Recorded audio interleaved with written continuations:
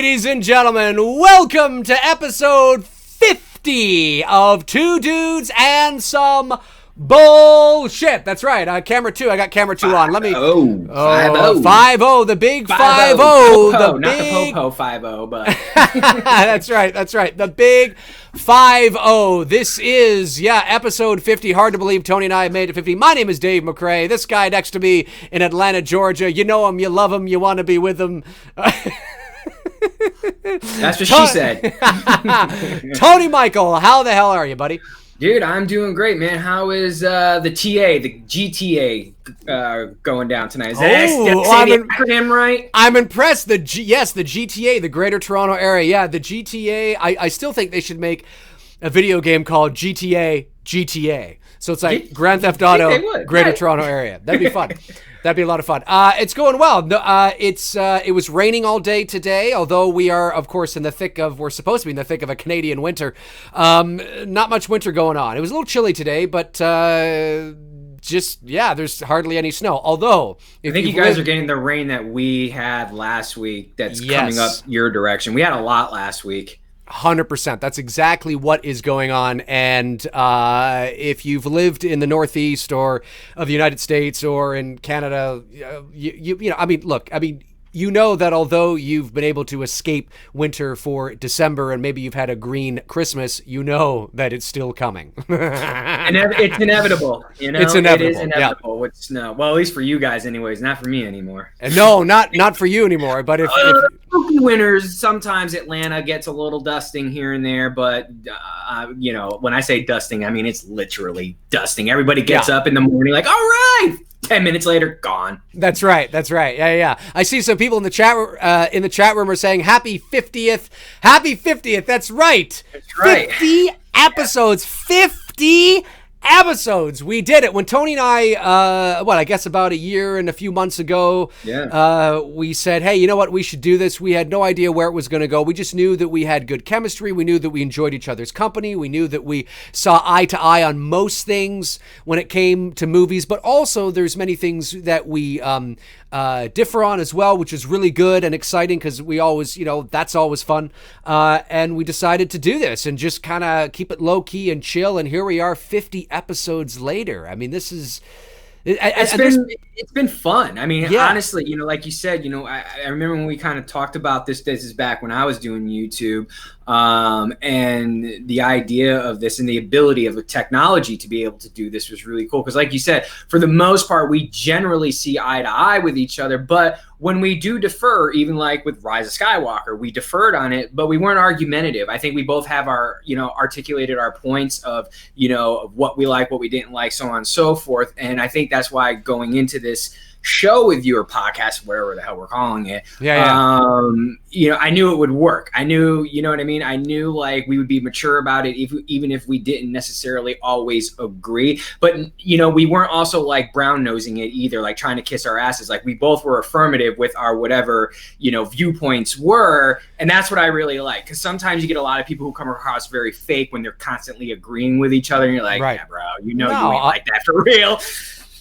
Well, no, 100%. And who wants to? I don't know. I mean, it's an overused cliche, but I think it's great when you can get in the company of people that disagree with you or see it from a different perspective, because that doesn't mean that when they're done saying their bit that you have to agree with them. You may still feel the way you do about the things that you do, but it's so great to be able to get sort of two sides of the coin, and Rise of Skywalker is a perfect example. I mean, you saw it and we're like, and you were able to kind of explain. The most important thing for me, and I think you would agree, is it's not about agreeing with each other. It's that's always fun. And even with the people in the chat room or the people that comment, it's always fun when you can surround yourself with people who see the same things the way that you do. But at the end of the day, it's not just about it's not about agreeing or disagreeing. It's about when you it's not about disagreeing, I should say. It's about when you disagree, can you maturely articulate and form your thoughts? Can you justify? Can you back up why you feel the way you do? The most frustrating thing for me is if somebody's like, I just don't agree with that. Well, why? Well, it's just fucking stupid. Why? It's just fucking stupid.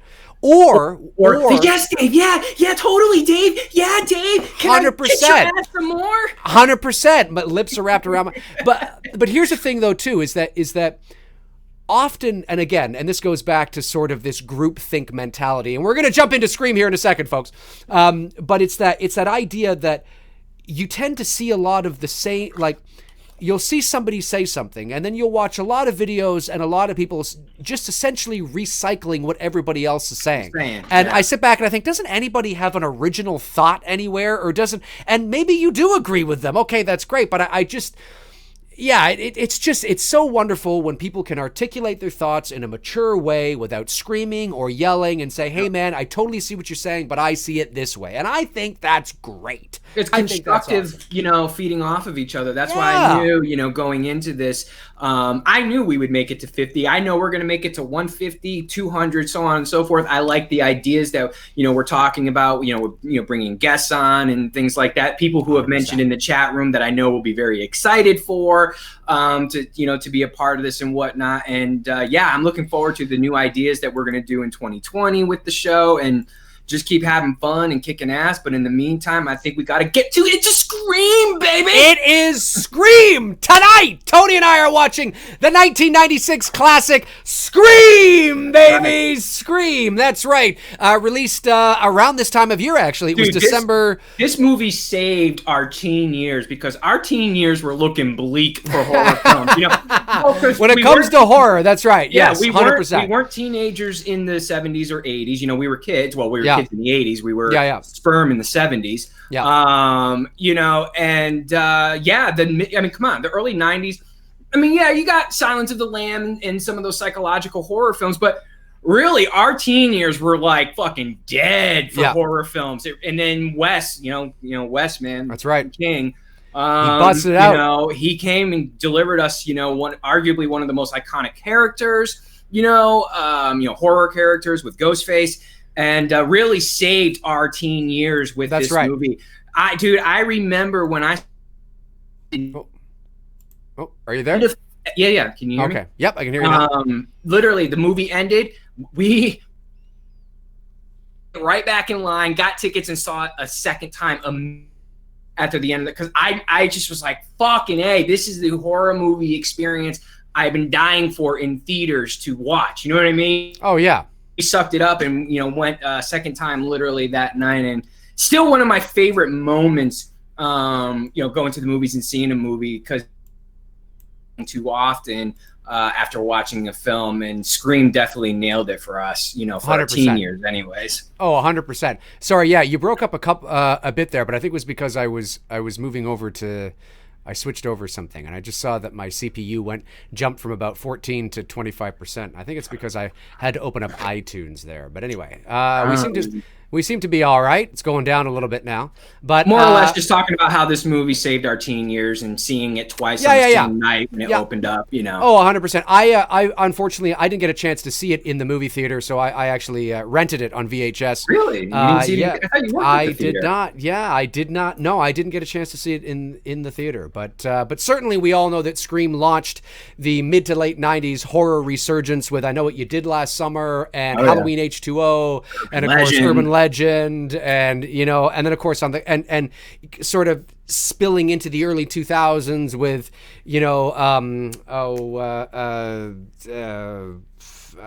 what's the name of that? Wrong Turn, Cabin Fever. Yeah, Cabin Fever, Wrong Turn, Destination. Final Destination. Final Destination, all that kind of stuff. So let's jump to it. So Tony, you said you had. I'm at the part. Okay, so like at the very beginning of the film, the Dimension logo comes on, right? But there's an ambient sound effect that triggers at the 1 second mark. That's where I'm at. Okay, at the one. Okay, all right. Let me just go back here. I am. Where am I here? All right. Okay. Of course, guys, don't be confused later on in the film when this theme starts coming up. We are not watching H2O, even though they are the same theme. That's right. That's right. All right, you ready to hit play? I'm ready. Here we go, guys. Scream, 1996. And feel free to ask questions in the chat room. We'll get to them as soon as we can, of course. Super chats are, of course, always welcome. And they obviously stand out, so we'll be able to see them more quickly. But nonetheless, do what you guys do. Here we go. In 5, 4, 3, 2, 1, and play. All right. Yes, sir. Okay. Dimension Films. Okay. We got the sound, the music coming in. Right. Oh, telephone. Right.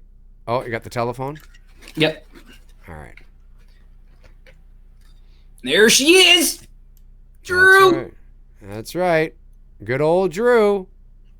She was so smart. She knew.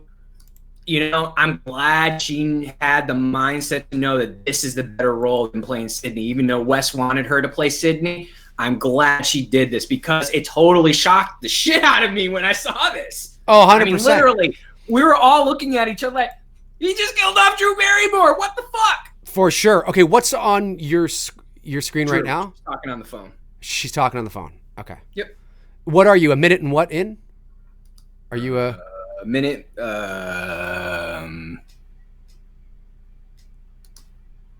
Just want to know where you are. A minute in, minute 5, minute 6, minute 7, minute 8. Oh, okay. Panning down on the house. Nice. Good. Same spot.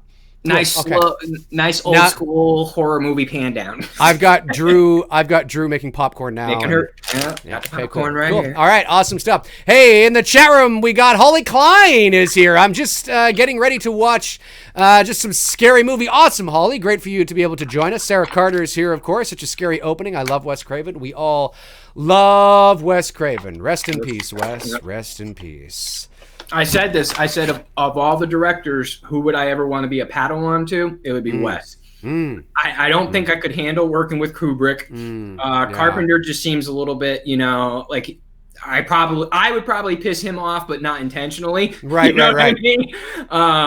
Wes just seems like, what do you want to know? Yeah, Tony, what do you want to know? Come on over. Let me show you. Right, you know right. I mean? I just feel like he would take me under his wing and point me in the direction. If I had the chance, he would be the guy I wish I could have worked with. Oh, for sure. When I was talking to Miko Hughes a couple of, I guess about a month or so ago now, when I did the live feed with Cecil there, and we're talking Dylan's New Nightmare, even though Miko was quite young in New Nightmare, he said that Wes was a very nice, genuine, soft-spoken sort of guy. And the favorite, apparently, I believe Miko said his favorite director he's ever worked with, probably because Wes had very good bedside manners, and that was, he obviously had a way about just making you feel comfortable, that your worries or your thoughts or your concerns mattered, and that's very important. It is. It can be tough. That's something that even I, as a filmmaker and a director, I can get very sort of into what I'm doing. I don't think I'd get right full on Kubrick, but certainly I can be very very intense when I get on set. But same with me.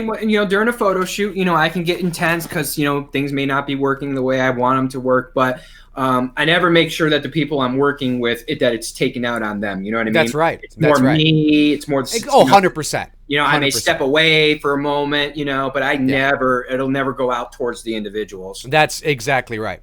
And you're absolutely right, Tony. I mean, folks, if you're just joining us, we're watching Scream from 1996, and Drew Barrymore is on the phone on the popcorn. She's talking to Ghost. Tony said earlier, this is absolutely right. I mean, at this time in 1996, Drew Barrymore was a well-known star. And, we're good. Oh, we're good? We're good. It flashed and flickered for a moment, so we're good. Weird. I see us. Yeah, I see us too. That was weird. I wonder what happened there. Yeah, no, we're good. The stream hasn't started over, so I'm not sure what happened there. But, hey. I think it's just going to be a little bit of a delay in the chat room before they realize, like, oh, wait. That's all right. We're back. We're guys. We're back. Something happened. A little bit of a flicker. But you're right. In 1996, a little bit of a flicker. she was a star, and this is the kind of movie that Drew Barrymore, you know, she was the appropriate age, she was the right, that to kill her off this early was a shock, was very surprising. Now, a lot of people like to compare it with Janet Leigh.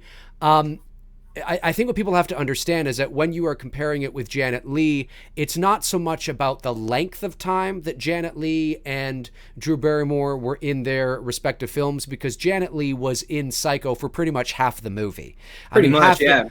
Yeah. So it's what it is when people compare the Drew Barrymore in Scream and the Janet Leigh in Psycho, what they're talking about essentially is two well-known actors at that time that ordinarily, you know, to kill a star like that so early, or at all, was surprising. And especially in 1960 with Psycho. I mean, that was just almost unheard of. And in such a gratuitous, for 1960 time, such a horrific way. I mean, you know, this is 1960. This is when, you know, women were, not that women aren't, but I'm just saying, you know, prim and proper, and, you know, all that, you know, and all that kind of stuff. And, you know, the gender roles were very prominent at that time. And so, you know, to kill a star like that in such a horrible, graphic way was very surprising. Nobody saw it coming. Oh, for sure. It was, again, 1960, right? With Drew Barrymore, it's similar in the sense of that she's a star. Oh my God, she's gone so early. That's so surprising. That's shocking. Well, and you got to remember too, this is 1996. So Drew Barrymore is America's sweetheart at this time. You know, in pop culture. Her and Julia Roberts. Exactly. So, like, to see this happen, like I told you, man, like, we all, the first time seeing that, we all looked at each other like, what the fuck? He killed her off at the beginning here? Like, totally shocked. It's probably one of the most shocking moments I've ever seen in a movie for the first time seeing it. I was just like, wow, like, what the fuck's going to happen? Yeah. And then, you know, obviously the rest is history with the movie. But, yeah, it was such a ballsy move, you know, for Drew. You know, I mean, you can't, it's, if she doesn't pitch this idea to Wes, it doesn't happen, because she very much could have taken the lead role. She could have played Sydney, no problem. She would have been great. You know, she would have been a great Sydney, but to have the mindset to say, hey, man,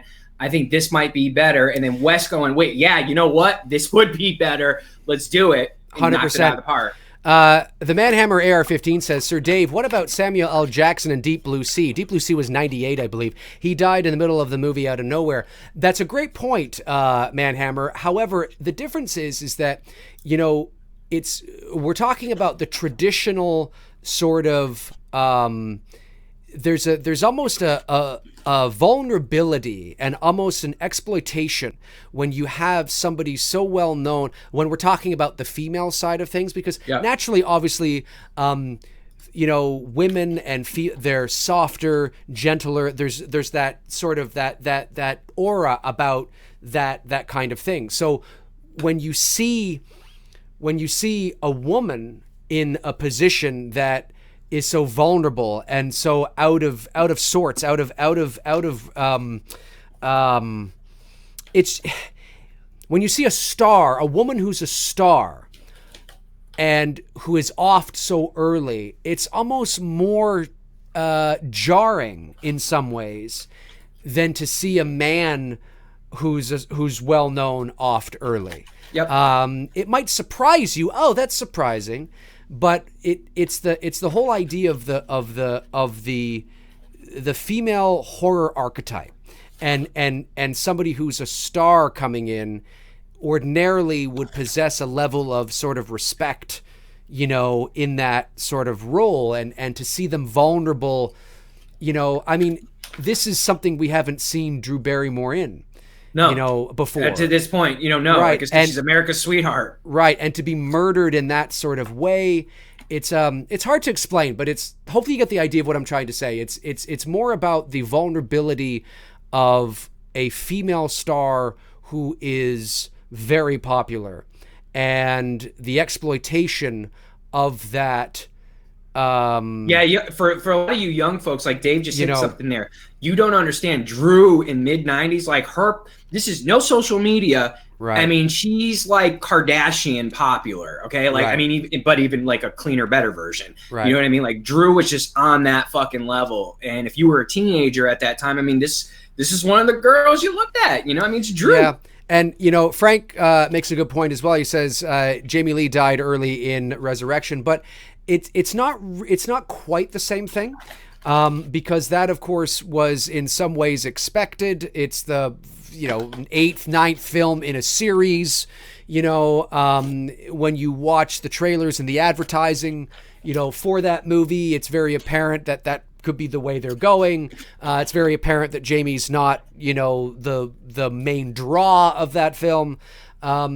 But this is the first installment, much like Psycho. And again, back in 1960, to see a woman of Janet Leigh's caliber oft in such a exploitive, sexual, you know, sadistic sort of way in the 60s was horrific. And then when you get to here, because you have, that's what it is. You have an aura of, you know, you only see these people in their absolute best. You know, they're women that are beautiful and attractive and pristine and funny and cute. And then to see what we're seeing here with one of America's sweethearts at that time is jarring. Yep. It's very jarring and uncomfortable for a lot of people. Not so much now. You don't see it too much nowadays, but certainly it was surprising to see Drew killed, because she was in the marketing for the movie, but nobody knew that she was going to die in the first 10 minutes. No, you know, so it was all like, it was like, oh, okay.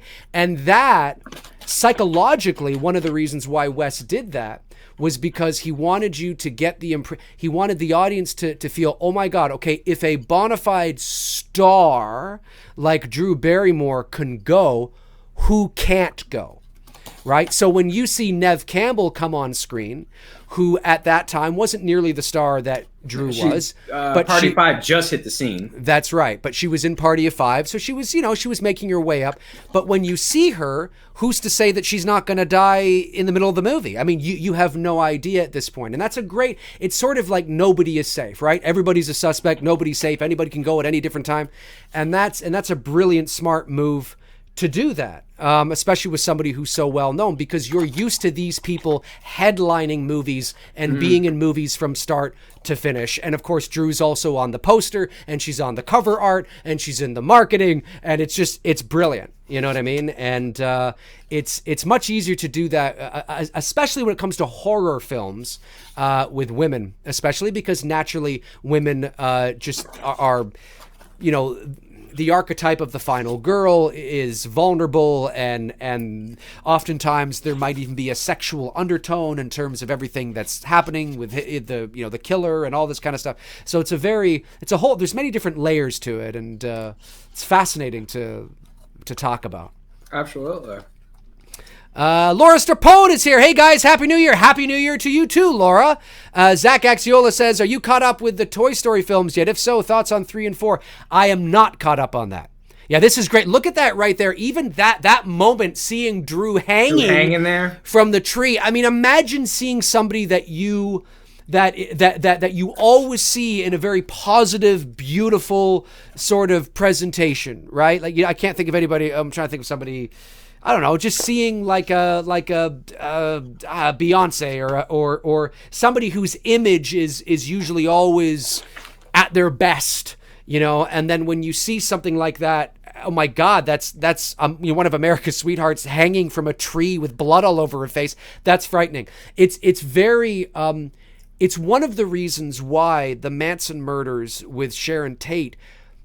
Again, I say one of. There's a lot of factors in there, and I certainly don't want to dive deep into that at the moment. But Sharon Tate, of course, was beautiful and attractive, and you know, all these things, and she was murdered in such a horrific way. She was pregnant and stabbed, and her baby died, and all that stuff. I mean, you guys probably, you know, for those of you that are too young, obviously. I mean, not that I was, you know, around then, but that was one of America's sweethearts for all intents and purposes, right? Sharon Tate, beautiful, attractive, up and coming, you know, married or essentially dating Roman Polanski, and I mean all these things. It was shocking and stunning. So again, not to keep going here, but that's why it hit so many people in certain ways. Is for sure. Poor Billy. He just wanted to get that Sydney Poutang. He did. Nev looks great here. Nev Campbell, good Canadian girl. After thinking about her watching The Exorcist. That's right. That's right. Good old Nev Campbell. Where was Nev Campbell born? Hey, Google. Where was born near you? Born? Neve Campbell was born in Guelph. Guelph, yeah, Guelph, Ontario. That's like 45 minutes far from me. Right? No, about 45 minutes from me. It's just a little small city outside Toronto. He was born in Guelph. God. Very cool. Yeah.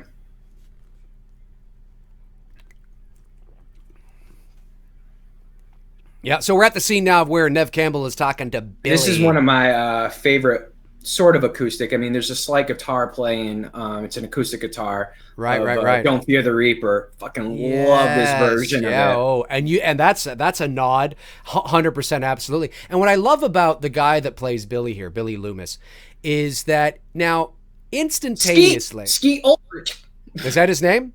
Well, his name is Ski. I think I butchered his last name. Okay, because when I look at him, I mean, you cannot tell me, and I think everybody in the chat would probably agree, that when you look at him, you cannot help but think, oh, he's guilty as fuck. He has one of those guilty as fuck faces. He just, the way he acts, the way he is, all that kind of stuff. But what's great about it is that as soon as we're introduced to him, it's like, pay attention to this guy. He's fucking. And then there's a moment in the movie where Wes totally is like, no, he don't, like, he's totally fine. So he actually is hiding him in plain sight. And that's what's really cool about the Billy Loomis character, because it's not like he's got one of those faces. He looks suspicious. He's a little, he's awkward. He's strange. He's quiet. Look at the look he's giving her right now. There's just, he's kind of weird, right? And immediately you want to be like, it's him. I'm laughing at the 90s hairstyle with the super grease, couple strands hanging down in the front. Oh my God. I was thinking like, yeah, we did do that back in the mid 90s, didn't we? Yeah, we did. We did. We absolutely did. But this is a good, where am I here? There we are. Yeah. You notice how the 80s fad and fashion style came back, but we're not really reviving the 90s too much because we had no fashion in the 90s. Yeah, there's some 90s there's stuff some that's come back, but I know things, what you mean. You know what I mean? Like there's some grunge style looks that have come back. Yes, but as far as like, like that stuff, you'll never see that look again. That's right. It kind of like looks like a, I don't know. Like, well, and you have to have the hair to do it. Like I have curly, kind of wavy hair. I can't pull that off. You know what I mean? Yeah. But we're now at the scene where we're panning. We're at the, is it high school? Is it high school or college? High school. It's high school. It's so funny when I watch these movies. These kids don't look. He should have set them in college. I will say that he should have set them like in college because you just looking at Nev. She does not look like a 17-year-old girl. No, she's supposed to be 17. No way. If you told me she was 25, I'd buy it, or 24 even. You know what I mean? That was the one misstep I think Wes made on here because when you look at Nightmare on Elm Street, they were a little bit younger, that cast, and they could pass for seniors. You know what I mean? Yeah. When you look at Heather and you look at Amanda who played Tina in Nightmare, Johnny Depp. Right. As well too, they're in their early 20s, so they do look borderline seniors in high school. I mean, like Rose McGowan here looks like she's in her senior year of college or she does. 6-year med school student. You know what I mean? So he should have set this in college. Yeah, she does. She absolutely does. And you could have, but they didn't. Ryan Lynch says there is horrible trends from the 80s that are ignored too. Yes, absolutely. Holly Klein says Skeet is Johnny Depp's doppelganger. There's definitely could be a brother. Yes, 100%. Oh, for sure. And let's not pretend that also, again, there's a lot of, Wes is nodding quite a few movies here. He's nodding his buddy John Carpenter's Halloween, obviously. He thought about, in the scene where they're watching Halloween, obviously he thought about naturally a fun little fit would have been to just have them watching A Nightmare on Elm Street, but he thought that would have been a little too self-indulgent, a little too tooting his own horn. So he chose Halloween instead, which I thought was a great idea. But of course, you also have him playing the janitor as Fred. The janitor. I mean, that's hilarious. You got Don't Fear the Reaper playing. There's a lot of. It's again. I've often said that Scream is a spoof, and obviously it's not a full-out spoof like Naked Gun or Airplane, but there's spoofy elements to it. There's some satire and there's some spoofy elements to this movie, which again is why I think it has a shelf life of almost one film. I know there are people in the chat, no doubt watching this after the fact, that love this movie and love the series, and that's awesome. Oh, it's in my top 5 favorite horror films. Yeah, it's great. For me, unfortunately, I think it wears tired pretty quick. I think you can watch the second one and it's kind of interesting, but it's just the gimmick is sort of like how the magic trick's done, and it kind of for me sort of. I think Scream today would be just as revered and just as much a classic as it is right now, even without the sequels. Yeah. 100%. What's her name here? Jacqueline McEwen. She's right about one thing. 90210, she mentions here how 90210 had already come out so that the audience were used to old high school students. And yeah, there is some truth to that because, 90210 was one of the first trendsetters to do that by casting young adults in their 20s to play high school students, freshman high school students, nonetheless, when you go back to how it first starts, or I think they're sophomores or some shit. Right. And you could tell looking at Jason Priestley and Shannon Doherty, you don't look like sophomores in high school because I'm like getting close to that age. And like, no. So she's right about that as far as that trend setting of it's a good point. Adults, so people were used to it at that point. That's right. It's a good point. Howard D sends in a super chat. Thank you, Howard. Much appreciated. At the fountain, they are already together. But did you guys ever notice that every time Sydney encounters Billy, he scares her? I did not notice that, but that is absolutely 100% intentional. And if every time she encounters him, then it's definitely intentional. This is the perfect example. Like I said, you look at Billy and there's something off about him. There's something strange. Wes wants you to think that he's the guy or he's involved in some sort of manner. But brilliantly, somewhere in the middle of the movie, maybe the second act, something happens where you're like, oh, I guess it wasn't him. But of course, we all know how it turns out. So hiding him in plain sight was a brilliant move to sort of pull you this way and then pull you that way. And for sure. It was great. It was a lot of fun. Let's see here. Jim Dorsey says the Scream sequel should have had different characters and settings since Ghostface can be anyone. I think the series sequels could have been better. Maybe. That's not a bad idea. It's not a bad idea. I just think the gimmick wears thin after a while. But, Scream 2 was an okay sequel. I wasn't a fan of 3. I like 4. I like the callback to 4. I actually like 4 better than 2. For me, it goes Scream 4, Scream 2, then Scream 3. Cool. Scream 4, that formula of it being a family relative, her cousin, it was her cousin. Spoiler, if you haven't seen it, the film's been 10 years, came out almost 10 years ago. That I thought was a good. That was a good twist. You know what I mean? Yep.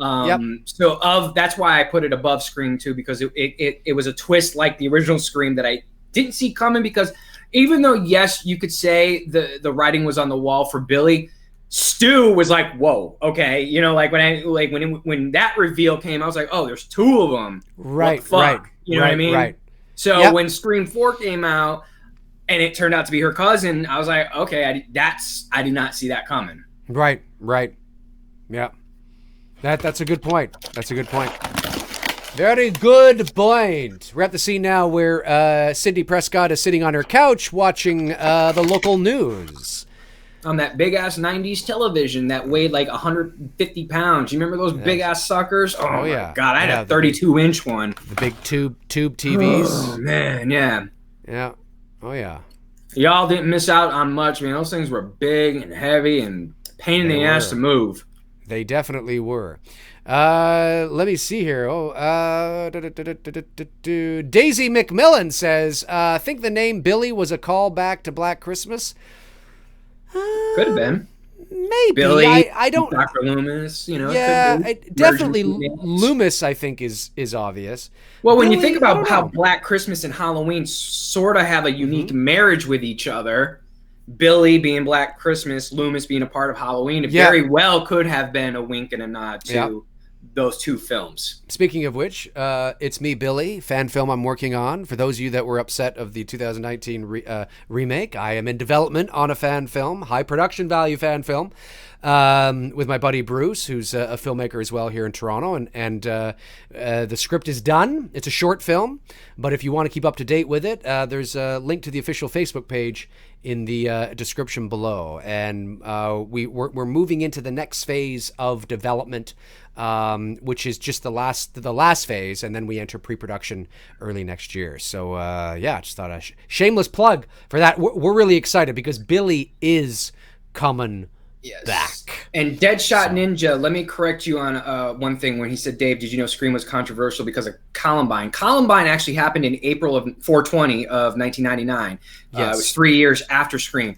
But he's right. It's kind of a part correct statement because the direction they were going with Scream 3 had something to do with controlling kids and killing kids in high school. But because of Columbine happening, they went in a different direction with Scream 3, and that's what we ultimately got. So they had something, but because of Columbine, they pulled back on it. Interesting. I didn't know that. But that doesn't surprise me. I remember Columbine. Yes, it was April 1999. Yeah, and 4/20, 4/20/99. I remember that very well. That was a definite. When you graduated a year before, like I did, right? 98. Yeah, that's correct. Yep. I graduated in 1998. I could have graduated in 97, but. Yeah, I could have too, but I decided to do senior years 2 times. Why not? It was fun the first time around. What the hell? No, I'm kidding, guys. I think I was held back in like a grammar school. My parents held me back like, I don't know, it was like a second grade or something. Right. Some Gotcha. nonsense like that. Let's see. Chat room says, DMT Infinity says, Dave, would you ever make a Scream skit? Not like a full-on short film, but something maybe 5-ish minutes just for fun. Probably not. You mean like a short film or a skit? Well, you see, yeah, like a 5-minute little kind of thing. I mean, I wouldn't say no. I mean, but on my own, would I put the effort in to go and do it? No, probably not. But I mean, if I was hanging out with Tony or something and he had a buddy that was whatever, like that kind of thing, sure. But on my own, no, I don't think I would do that. I plan to. I'm going to do a short because I have everything. I have the costume. 100%. I have the, that's on the projection come 2020 Right, to do a right. short fan film for Halloween, Scream, Right. Friday the 13th. Now that I got Right. Texas Chainsaw. The Texas Chainsaw one's going to be a little bit harder because it's getting the chainsaw to be safe and using it while it's, turned on and no one gets hurt.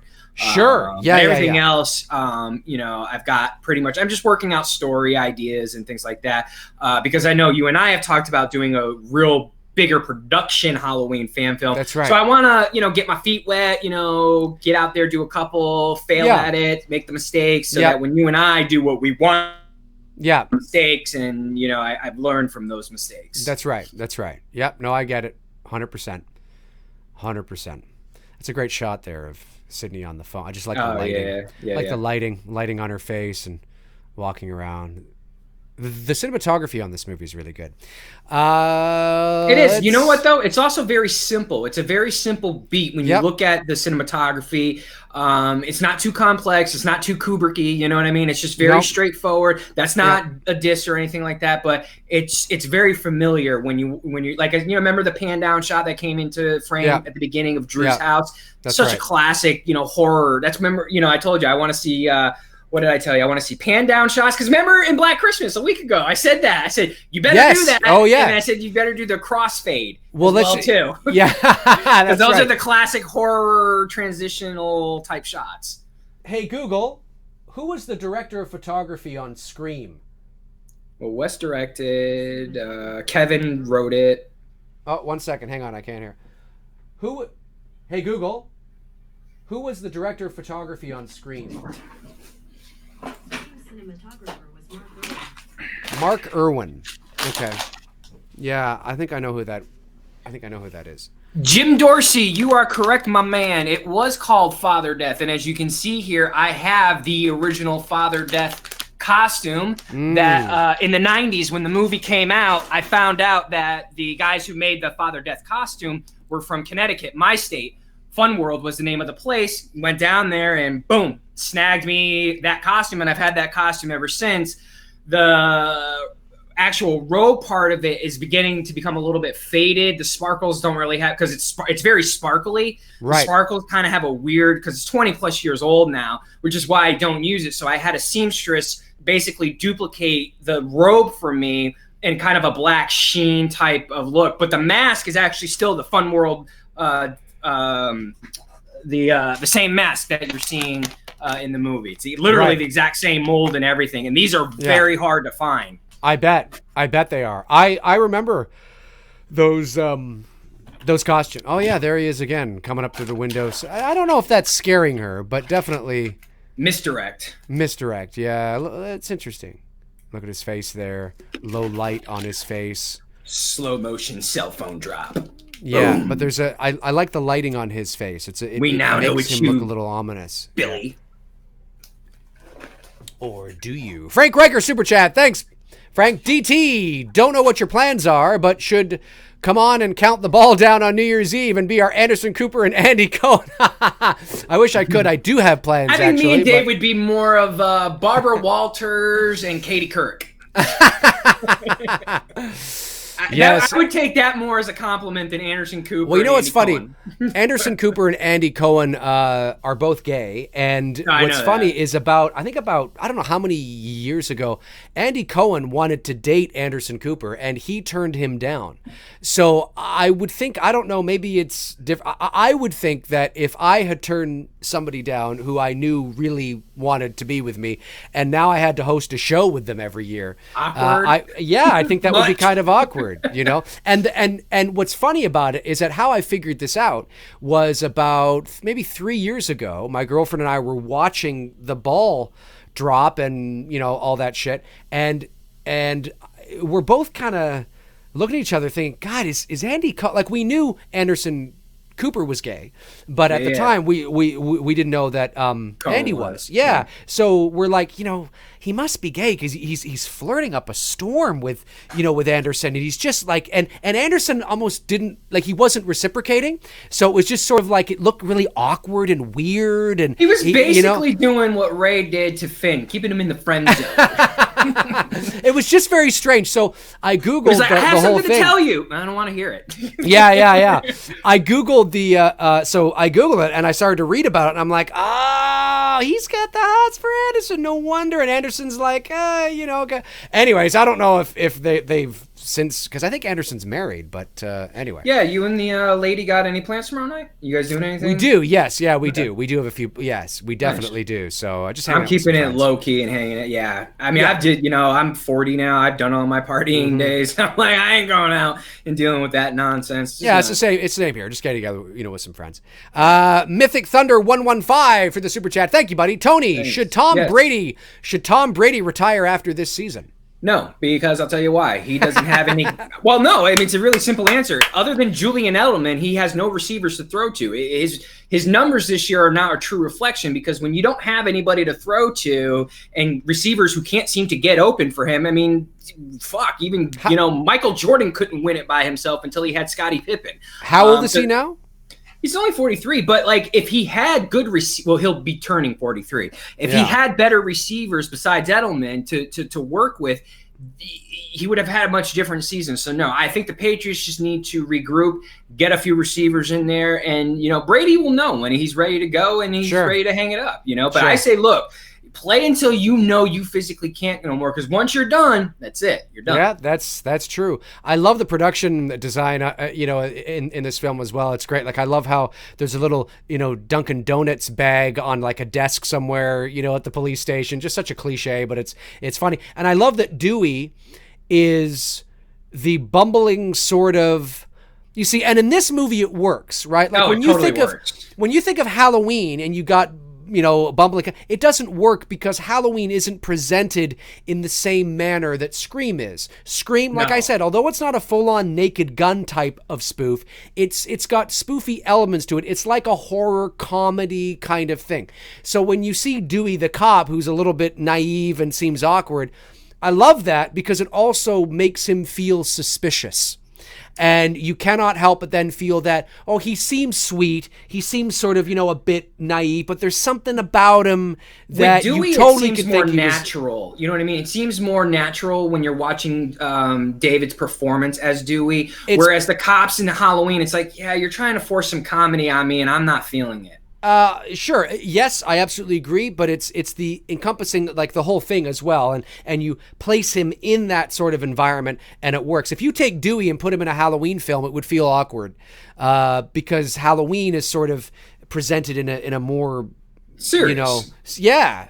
That's why fans didn't like it in Halloween 5 with the goofy cops. And then, That's right. And then David Gordon Green's like, well, what the fuck? They didn't like it the first time. Let's just do it again.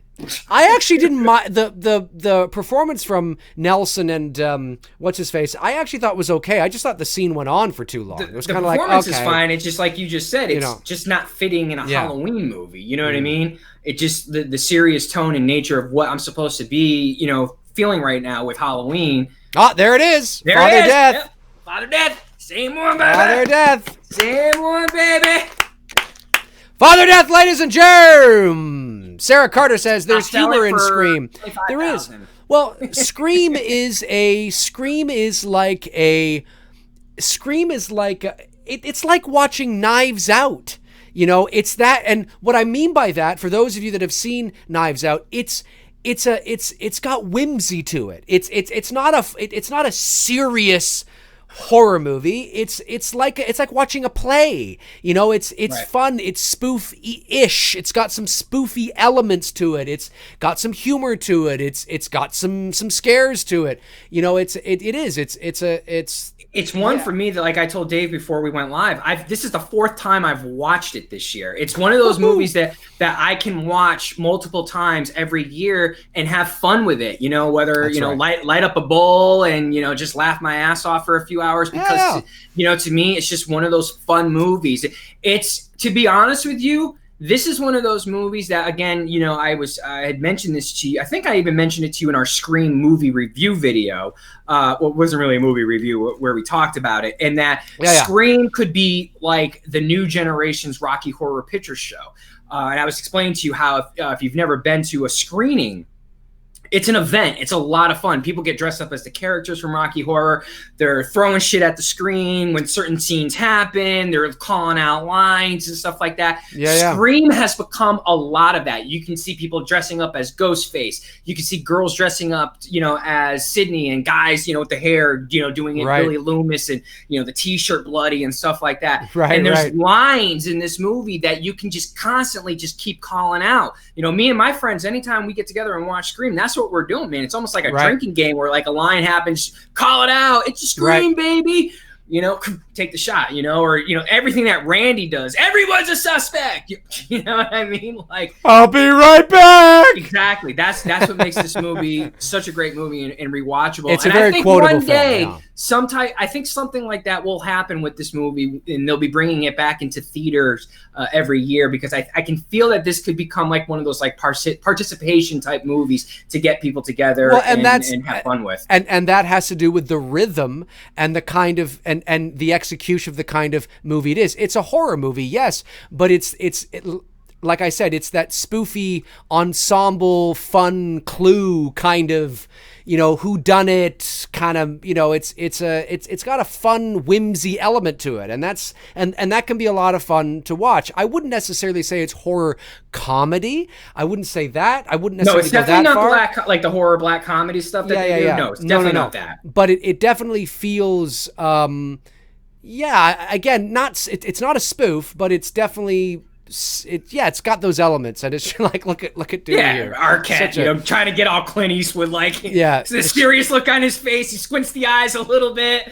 Exactly. Aaron Keller, super chat. Thanks, Aaron. Says, you guys know the original title was Scary Movie. Yeah, yes. that's right. Yes, that's right. It was. Yep. They were going to name it Scary Movie, which totally would have worked. But you see, that in and of itself, think about that for a second. This drives the point that Tony and I have been trying to make for the last 5 minutes home. To call a movie Scary Movie is very self-aware. That's what I was trying to say, that Scream is a very self-aware film.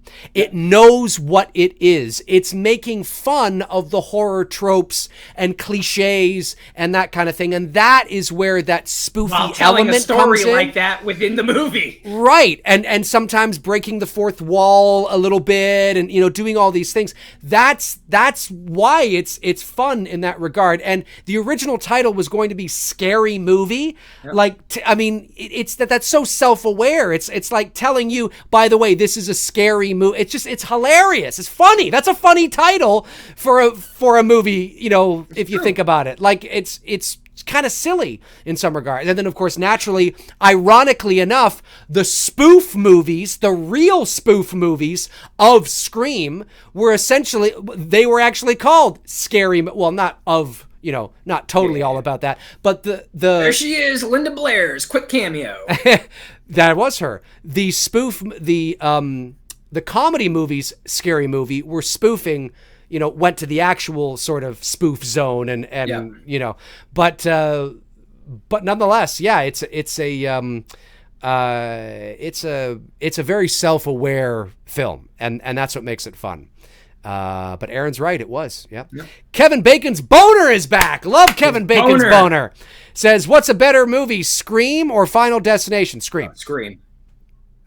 Final Destination's fun to watch. Final Destination's, it's cool. It's one that I'll watch, once a year or something, I own it, but Scream definitely far better. I agree. There she is, Courtney Cox. Courtney was so beautiful, man. This is like peak Friends. Friends just came out. I think they were about 2 or 3 seasons in. No, they were like a season or 2. Yeah. Because Friends was 95. Yeah. So they're into their second season. Yeah. At some point, when this comes out, they're midway through their second season. That's right. It's crazy to think that that's how long this movie goes back. But yeah, gosh, she was beautiful. I remember my buddy Bruce saw this in the theater I can't remember now if I don't think that was his intention. I think I think I stand to be corrected. I don't want to speak for him, but I think it was something like he went to the movies to watch another movie, but it was sold out, so he settled on Scream or something, and it wasn't his intention, but he thoroughly enjoyed it.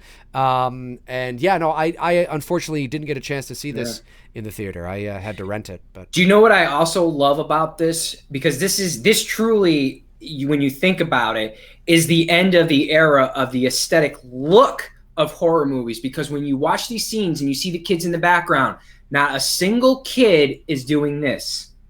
Not a single kid is looking down. Because, today that's how they would have the background kids doing. For sure. Some of you take out your phones because that's what you would be doing and all that stuff like that. You don't see any of that in this. 100%. This is basically the end of that, because within a few years, technology starts to change. It absolutely changed. I mean, I've often said I didn't have my first email address until I was about 19 years old, and I didn't have my first cell phone until I was 22.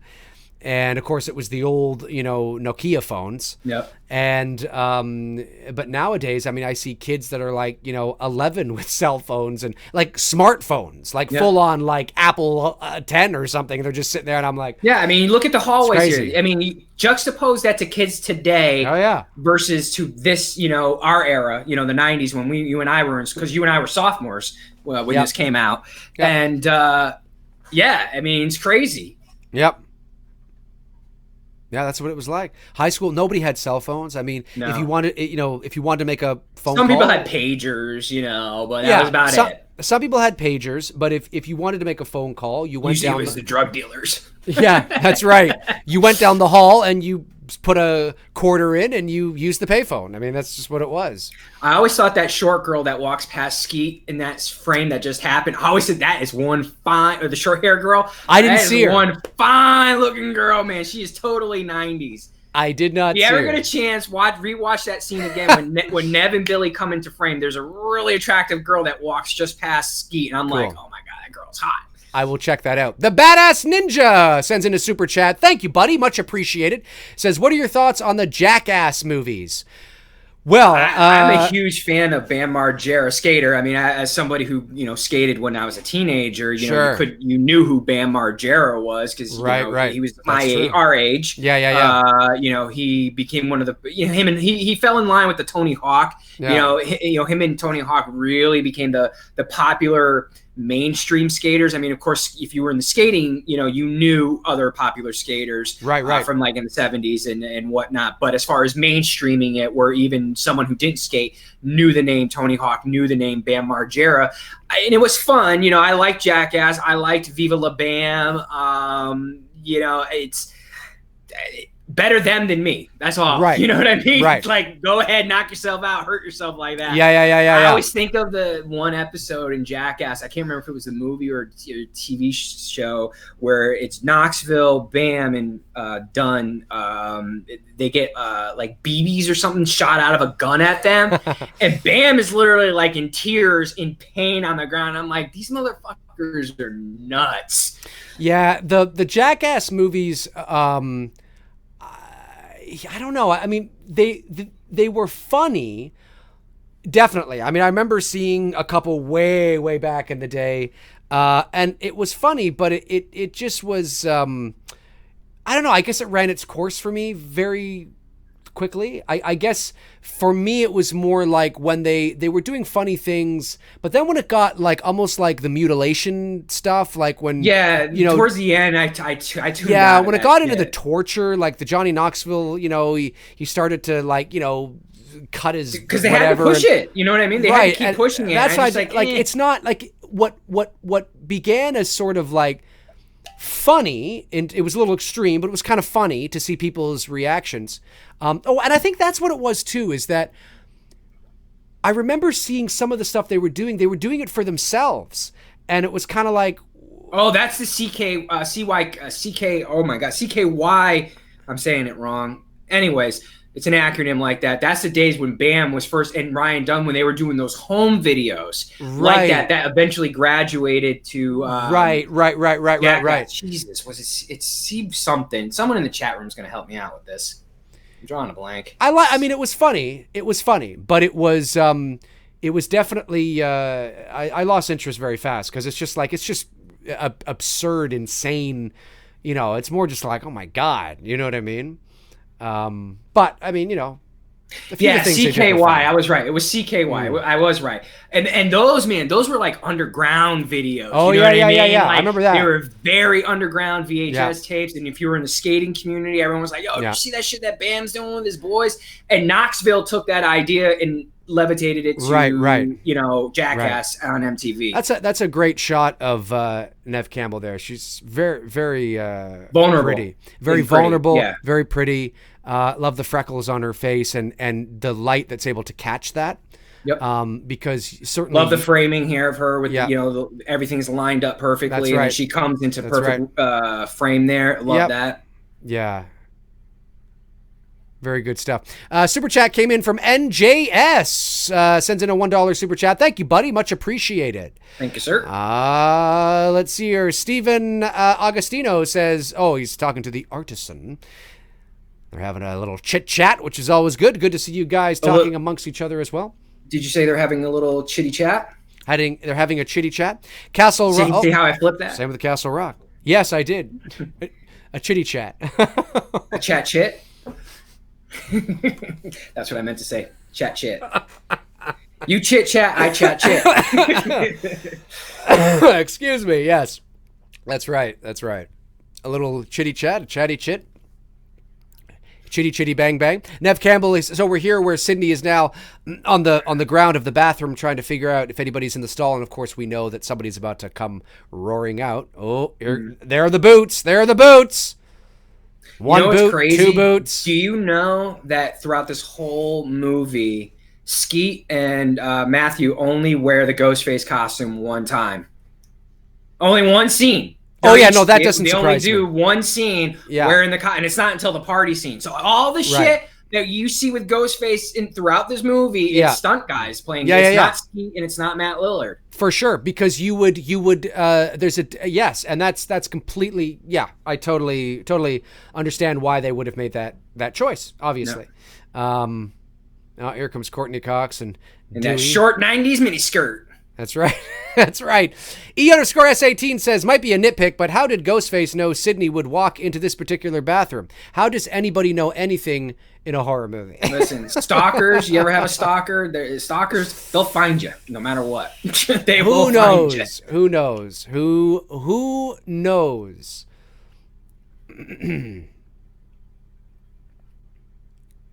If you look at the Halloween series, there are many, many things that you go, well, how the fuck did he know how the hell did, that's movies in general. Yeah, exactly. That's the beauty of movies, man. You have to learn to suspend your belief. You know what I mean? And just step outside of what you know as real and normal, and don't overanalyze it. Just have fun with it. I mean, again, I just can't encourage that enough. And I get movies now and the generation now, it's different. We overanalyze everything. We want to break it down. We want to add layers to it. And sometimes a movie is just a movie, and just have fun with it. There's no need to overanalyze it. It's also the culture, and people feel. I get that. We weren't like this at this time. No, not at all. No. But there's a lot of people that like to. They're angry and they're upset, and now it should have been this, it should have been that, and it should have been this, and it should have been. Why are they doing this, and why are they doing that? And people just love to be outraged. It's true. Yeah. People love to be out. Fuck! Nah! It's true. Oh, dude, you think it's bad now at Star Wars? Wait till 20 years from now. It's going to be even. I'm telling you, it's going to be worse because, there was a little bit of a revelation during Christmas with the fam, and. I started to realize, like, all of a sudden there was this surge of people, and people were making videos like, how come all of a sudden people love the prequels, and how come all these, you're seeing comments about how I love the prequels, and, you're seeing videos made how I love the prequels and stuff. I'm like, well, it's not all of a sudden. What it is the kids who watch those films in the late 90s are now young adults. Right. And they have a Instagram or a Facebook or a YouTube channel, and these are now adults. This was their childhood. So it's not all of a sudden that people became fans of the prequels. It's those kids who love the prequels are now adults. Right. What do you think is going to happen with the kids who love these last 3 Star Wars films when they become adults 20 years from now? Holy fuck, the wars online are going to be insane. Oh, and who knows what online will even mean or be 20 years from now. I mean, online, it's going to be nuts. It's very different. It'll be very, very different to what that is even. I honestly think is even going to be. I think Disney and Lucas are purposely trolling us just to have like 3 generations of Star Wars fans fighting with each other. It's entirely possible. Deadshot Ninja says, "Hey Dave, have you seen Saw?" Oh yeah, 100%. I saw it in the theater when it came out in 2004. Love Saw. Love the first Saw. Don't like any of the others. Same. Let me see. But you definitely saw the talent with Juan, and you knew this is a guy that was going to have a big impact on the horror industry. Yep, absolutely. Dave, you should watch Saw. We might do a Saw night. That actually would be a lot of fun. For sure. Like the first movie, not the whole 15 movies, right? No. The first movie only. We'll just do that. What are they up to? 9? No, I love Frank. I'm offended by everything. I'm offended by everything too. Hey, hello? Yeah, I'm offended. Hey, I just want to let you know that I'm offended. What is that? I'm offended. What is that archaic device you're holding in your hand, sir? This is you boomer, you boomer. A boomer, yeah. This is a rotary telephone, folks. This is the phone that is, and others like it. This is the phone that I'm going to be using in my fan film. It's Me, Billy. This is the one. Black Christmas, black rotary phone. So you're getting a little inside look what the phone will look like. This is it, folks. Hello, Billy. Are you there? Oh, hi, Billy. It's Dave McRae. Yeah, listen. I was wondering if you wanted. Oh, you do. Okay. All right. Sounds good. Okay. All right. I'll talk to you soon. Okay. All right. Okay. Yeah. Fuck you too. Okay. Bye-bye. The Fonz, man. The Fonz. I hated that the Fonz had to go. Good old Henry Winkler, man. Henry Winkler. Yeah. Love Henry Winkler. Although really I do nice love the guy. close-up. I love the close-up eyeball reflection. Yeah. That's great. That comes up here in a moment. Yeah. I just would have loved it if he did. Hey. Yeah. Yes. And look, yeah, that's cool. That's cool. See the close up on the eye. I'd love that shot. And That's such a cool shot. that would have been done in post for sure. It's an optical, like it's not in camera. I doubt it. Oh, it's hard unless you use a macro lens. It's really fucking hard to do that. Really hard to do that. No, that would have been done in post, but really good idea. Let me see here. We got 205 people. 205 people are watching. Great to have you guys here. Great to have you guys here on this episode 50. It's 50. Tony and I have now done 50 shows. 50 shows of two dudes and some bullshit, which is great. Jacqueline McEwen says, I love how Scary Movie then had Squiggy from Laverne and Shirley as the principal. That's right. That's fun. I haven't seen those movies in a long time. I gotta go back and watch at least the first one. I think I've seen the first one, but nowadays it's probably some Wes Carpenter flick. Isn't that the line? Isn't it like right in here? Something like that. Yes. Like right here. Isn't it? Yeah.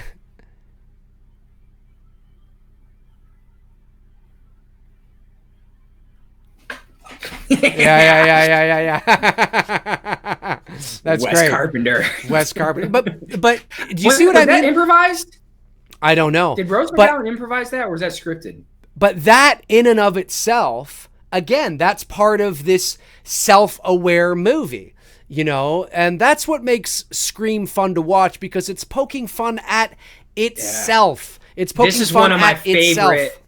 This is one of my favorite dialogue exchange moments in the movie between Randy and Matt. And why? Because mine too, because much of what he's saying is actually true. We're at the scene now, of course, where Matthew Lillard and Kennedy are in the video store, and obviously about to have this exchange about how everybody's a suspect and the rules of horror movies and all that kind of jazz. And it's fun. It's fun to watch because it's self-aware, and that's what's so fun about it.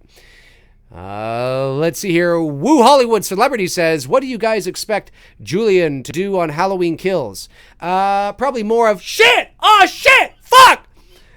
Hopefully he dies. Probably. That'd be awesome. Can you imagine if he died? Standard horror movies. I just think that'd be ballsy. I think that'd be awesome if he died. That'd be really ballsy. There's always some stupid bullshit reason to kill your girlfriend. That's the beauty of it all. Simplicity. Besides, if it gets too complicated. I love it. Let's see here. Aaron Click says, Dave and Tony, have you seen the horror movie New Year's Evil? It's a great one to watch on New Year's Eve. I've never even heard of it. New Year's Evil. I love that play on the word Eve. That was smart. I love that. And naturally, of course, you think that it may be Kennedy's character as well, because obviously he's the guy that knows everything about horror movies, and he's the guy that would know how to set something up or get away with something, or because he knows the rules of what to do. So it's right. Everybody's a suspect, and that's a great way to play into it. It's a lot of fun. I love it when Randy starts going off. Yeah. It's a very simple formula. Everybody's a suspect. Yeah, he just yells it, and everybody looks at him and shit like that. I love it. I miss these days. Look at this video store. I miss it. I miss going into video stores. My first two jobs, man, in high school, were I was developing film at a 1-hour photo place and worked at a video store. Very cool. I can't say I didn't work at a videos. No, I worked at. I did work at a video store actually, but not in high school. It was right after college when I was pursuing my career. It's the millennium. Motives are incidental. Remember that? All Y2K and shit. Yeah. And sometimes it's great to have, again, Billy is the natural choice. But what's great about Billy is and again, and of course, Matthew Lillard's character, which the name escapes me. What the hell's his name in the movie again?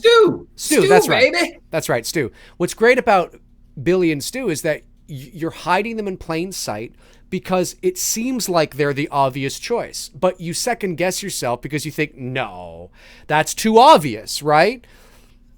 And that's why it works. Yeah. It's really great that way. Let's see here. Castle Rock says Wes Carpenter, director of the classic Nightmare on Haddonfield Street. Freddie Myers, Freddie Myers is the murderer in that movie. Great movie, great movie. That one. Oh yeah, fantastic. Vegas Courier, VHS, DVD, Blu-ray, 4K, or future home video. For me, VHS will always be top of the list because it was the media that I had growing up. Just like my vinyl collection, I still listen to my vinyl and I still watch my VHS. Not as much as I used to, but now I don't own any DVDs or Blu-rays, with the exception of a couple I held on to. Everything is digital for me, though. If I'm not watching it on VHS, I'm doing it through digital. Right. Yeah, no, I still have all my VHS tapes. I got, I don't know if you can see. It's going to be hard for me to not have VHS at the top of the list, man, because like I said, that's 100%. That was pretty much our childhood and shit. Back behind me here, I have the 3 original Star Wars films on VHS, and there's a couple of and those are the original. Those are the original before Lucas tampered with them, originals. And then there's more way back there as well. I got about 500, not back there, but I got about maybe 20 back. And then of course, naturally, I got some up there as well. But VHS is great. I am a physical media guy. I love the smell. I love the tangibility of it. I love opening it up and the disc and things like that. And I like that. But 260.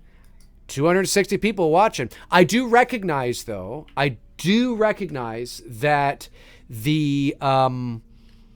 that obviously that's not the way of the future. And but I will always be one of those guys that will collect physical media until I can't.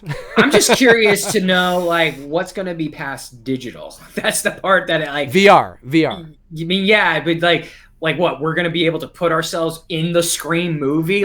Yeah, no, I think what will eventually happen is it will be a form of digital, but we will be maybe be able to watch it from Toronto and Atlanta and be feeling like we're right next to each other. What's up, dude? Yeah, it'll be that is, and I know it sounds crazy, but that is where listen, you take this, which, as you've heard me say 1,000 times, this is not a cell phone. It's a computer. It's a computer that just so happens to make phone calls. Yeah. Because how often are you going, "Hi, Bob, let's go"? You're not. You're using it like a computer 98% of the time. This is a pocket computer. If you had brought this to 1960 when Psycho came out, and I was in line waiting to go see that movie, and I had this, can you imagine? People would be like, "What the fuck? This is like." They think so you're like the devil or something. 100%. Can you imagine what it's going to be like in another 40 years? I mean, well, that's what we said last weekend. What technology was for us in high school versus what it is today for kids. It's a night and day difference. Absolutely. 100%. And I can't even imagine 40, 50 years from now what those kids are going to have in high school. That's right. And I remember hearing an interview with Spielberg, watching an interview with him when he was doing the rounds for Ready Player One. And he says, yes, obviously the Oasis in that movie we're not quite there yet. He said, but that thing that you see that is represented in the movie, we're not as far off from that as you might think we are. We are much closer to that kind of thing than you think. And that's sort of how we consume our entertainment, how we consume our media. I mean, Cameron already, James, Cameron is already talking about and is already in the process of figuring out technology that is 3D without the glasses. Right. I mean, it's shit like this that it expands exponentially, and there's no doubt that how we consume our entertainment is just going to be wild in the future, to the point where, Tony and I might be able to be like, "Hey man, I'll see you at the theater tonight," when we're actually not, but it feels like we are. It's insane. I'll see you in the Oasis, buddy. I'll see you in the Oasis. You know what I mean? It's fucking insane. That shit's going to happen. It's definitely going to happen. So we're at the scene now here with Scream where,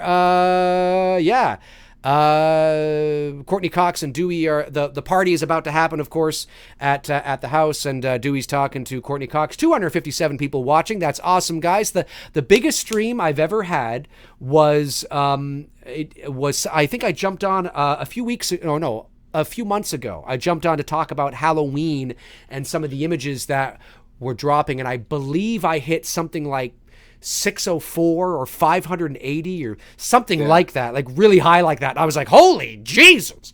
It was unbelievable. But this is a good, 260 this people. This is our second That's great. largest from when we started to do these live watches, which really it's the same format that me and Dave typically do. I mean, we're talking about the movie, but we have the movie playing as a more or less as a reference point. As a reference guide. That's you know right. what I mean? It's really not, the format isn't any different. That's right. You know what I and mean? If you guys want to watch along with us, that's cool. Yeah, but exactly. But once the movie's done, obviously we always leave room for some Q&A at the end. But I had a feeling tonight was going to be just not quite you Halloween. Did. I kept telling Dave, I said, this is a big IP. I said, this is going to be a good big stream for us tonight. For sure. And next week we're doing Barney. No, I'm just kidding. Let's hear. Zach Bertuzzi says, okay. They're talking to amongst other people. That's good. I like it. It's good. Looks like the chat room is... Gamer Night is 100% accurate on that. In 40 years, AI will have taken over. Yeah, it's amazing with artificial intelligence. We literally have 2 very good movies on why this is a very bad idea, okay? It's like, look at Rose. I've seen Terminator or Terminator 2, and maybe these people ought to go watch it because that's the shit they're leading towards. You cannot tell me that Rose McGowan's nipples were not a calculated, creative choice. Of course they were. Of course they were. And why? Because, and listen, I'm actually going to tell you why. It plays into the blonde, bimbo, big boobed, now, did Wes have to... Yeah, because she's not even a real blonde, I don't think. No, she's not. But look, did Wes have to show that? Did Wes have to show that in order to get the big boob sort of cliche across? No, but what it does is it accents it.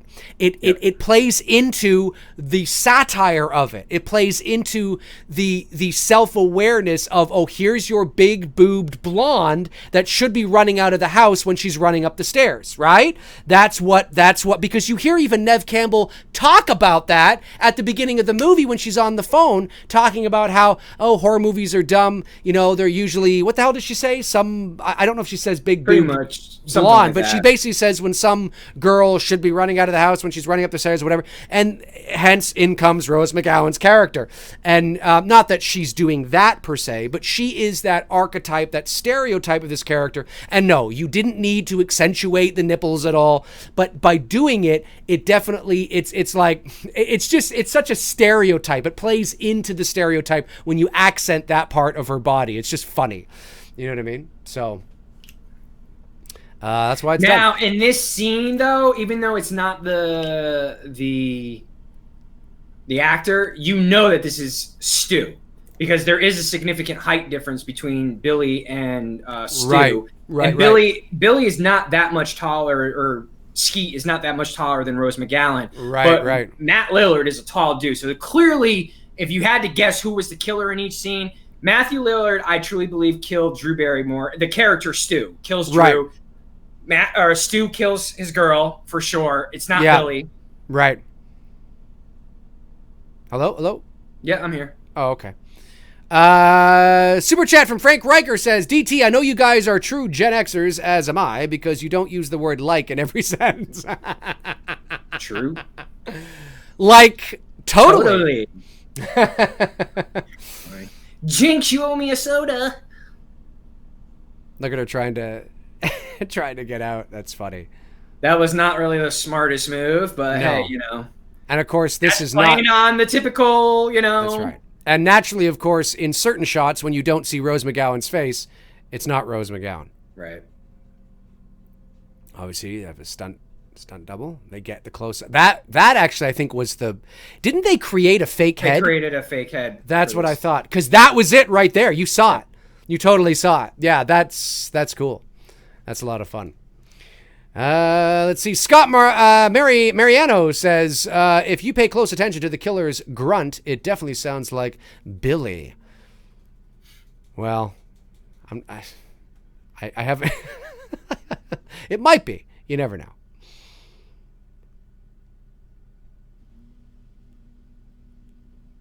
Let's see here. Jordan Wright says it had to be Billy who killed Rose. Stu was on the couch with everyone. The height difference. Look at Billy there right now. He's barely taller than Nev Campbell. There's no way with that height difference with Rose McGowan and that character. I think there's a transitional moment that happens that we don't see where Stu ends up back at the front door. It's possible. It's possible. It's entirely possible. Short of maybe there was a third killer that none of us know about. Maybe. But height-wise, there's no way.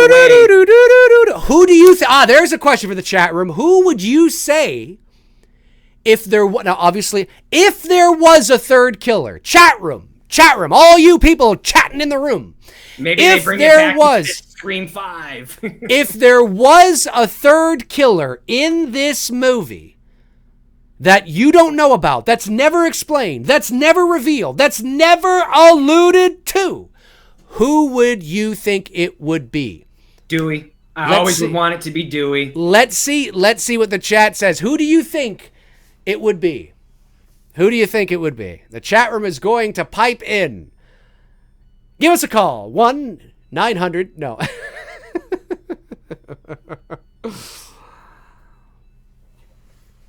The chat room is coming in. Howard D sends in a super chat. Roman Bridger from Scream 3 was the third killer.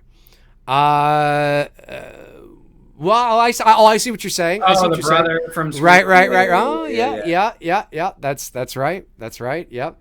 Gail. People want it to be. I see Gail, Sydney's mother. The dad. The janitor, Fred. Oh, wouldn't that have been funny? Totally decked out in the sweater and everything. Sydney's dad would have been an interesting plot twist, as a third. And the actor's a tall guy as well too. He's about equal height to Matt Lillard. Right. That would have been kind of cool. I would have been down for that. Bob Ross. That's right. Bob Ross.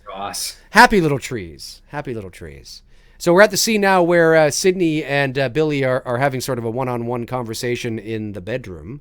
And Billy's just thinking about how much he wants to kill her, probably. That, or he's like, man, can I just throw on some Marvin Gaye and let's get it up? That too. Yes, because that scene is coming up here, isn't it? Pretty much. This is it. I forgot about that. Randy. Yeah, I think Randy would have been, because he's a little neurotic and he knows all about horror movies. I think that would have been kind of an interesting, or a logical choice, I should say. Would have been a logical choice. Did you go to see this movie with anybody? Me? Yeah. Oh, my friends from high school. Yeah. Okay. Yeah, just friends from high school. Yeah. Yeah, it was released in December of 96. I'm still friends with one of them, my friend Amanda. She married her high school sweetheart, and they're still married all these years later. And we went and we, did the same thing. We saw the movie and we got out and we're like, we're going to see this shit again. We went and saw it. Me and her, and only one of the 6 of us that went to see it, only 3 of us went back to re-see it. Ah, interesting. Yeah, so... Plot twist, Billy Loomis is the grandson of Dr. Loomis. And he's seeking his revenge on the little small town of where he lives. And the white face is in honor of Michael Myers. It's an interesting plot twist. A lot going on with her. That's a head-turning plot twist. What Sydney doesn't know is that she is the daughter of Linda from the original. Now how? Linda's dead. How is that possible? How's it possible, McRae? The Man Hammer AR. What's a Father Death? Oh, the Father Death is the costume. That's the original costume that was shown earlier. If you watch in the cops in the station when Dewey says you can find this at every 5 and dime store, this is the original costume. I got this back in the 90s when Scream came out. So this is the original mold. You can't find it anywhere. I get asked by mask makers all the time, hey, can we copy this, digital it so that we can sell it? But the company was based out of Connecticut called Fun World.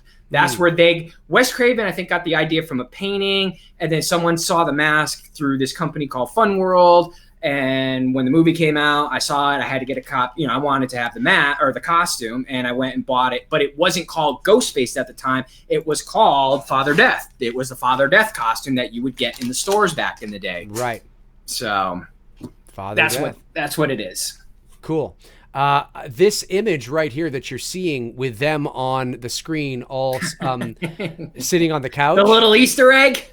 Yes, that. But also, do you remember the photo I created with all the captions? Oh yeah. I want to see if where the heck did I put that now? That was a while ago. That's a couple months ago. Yeah. Let me see if I can find. Oh, here it is. This is funny. Let's see if I can bring it up because I this is so funny.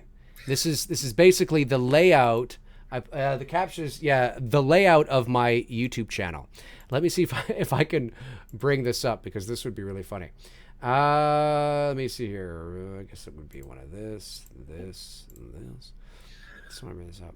Let's see if they can see I'll be right back. No, that's right. I'll be right back. And then the look on Jamie Kennedy's face, he's like, "You fucking said it!" You know what I mean? Like, you're going down. Okay, let me bring this in for you guys. Here is an image from Scream, and this is okay, you ready? Here we go.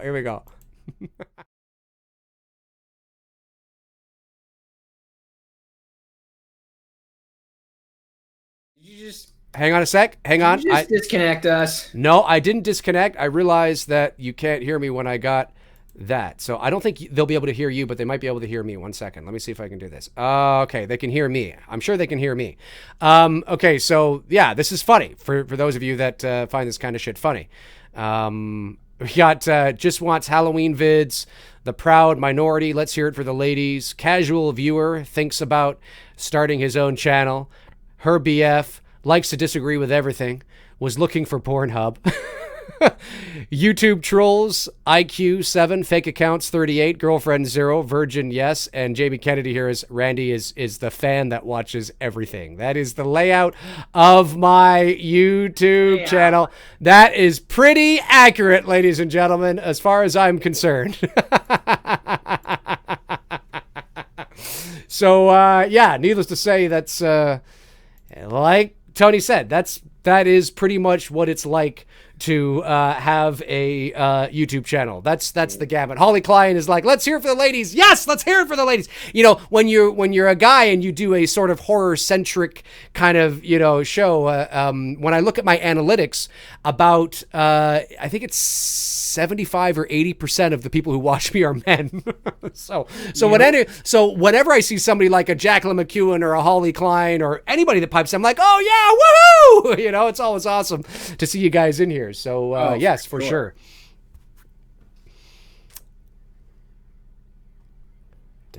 Where's the movie here? Here we are.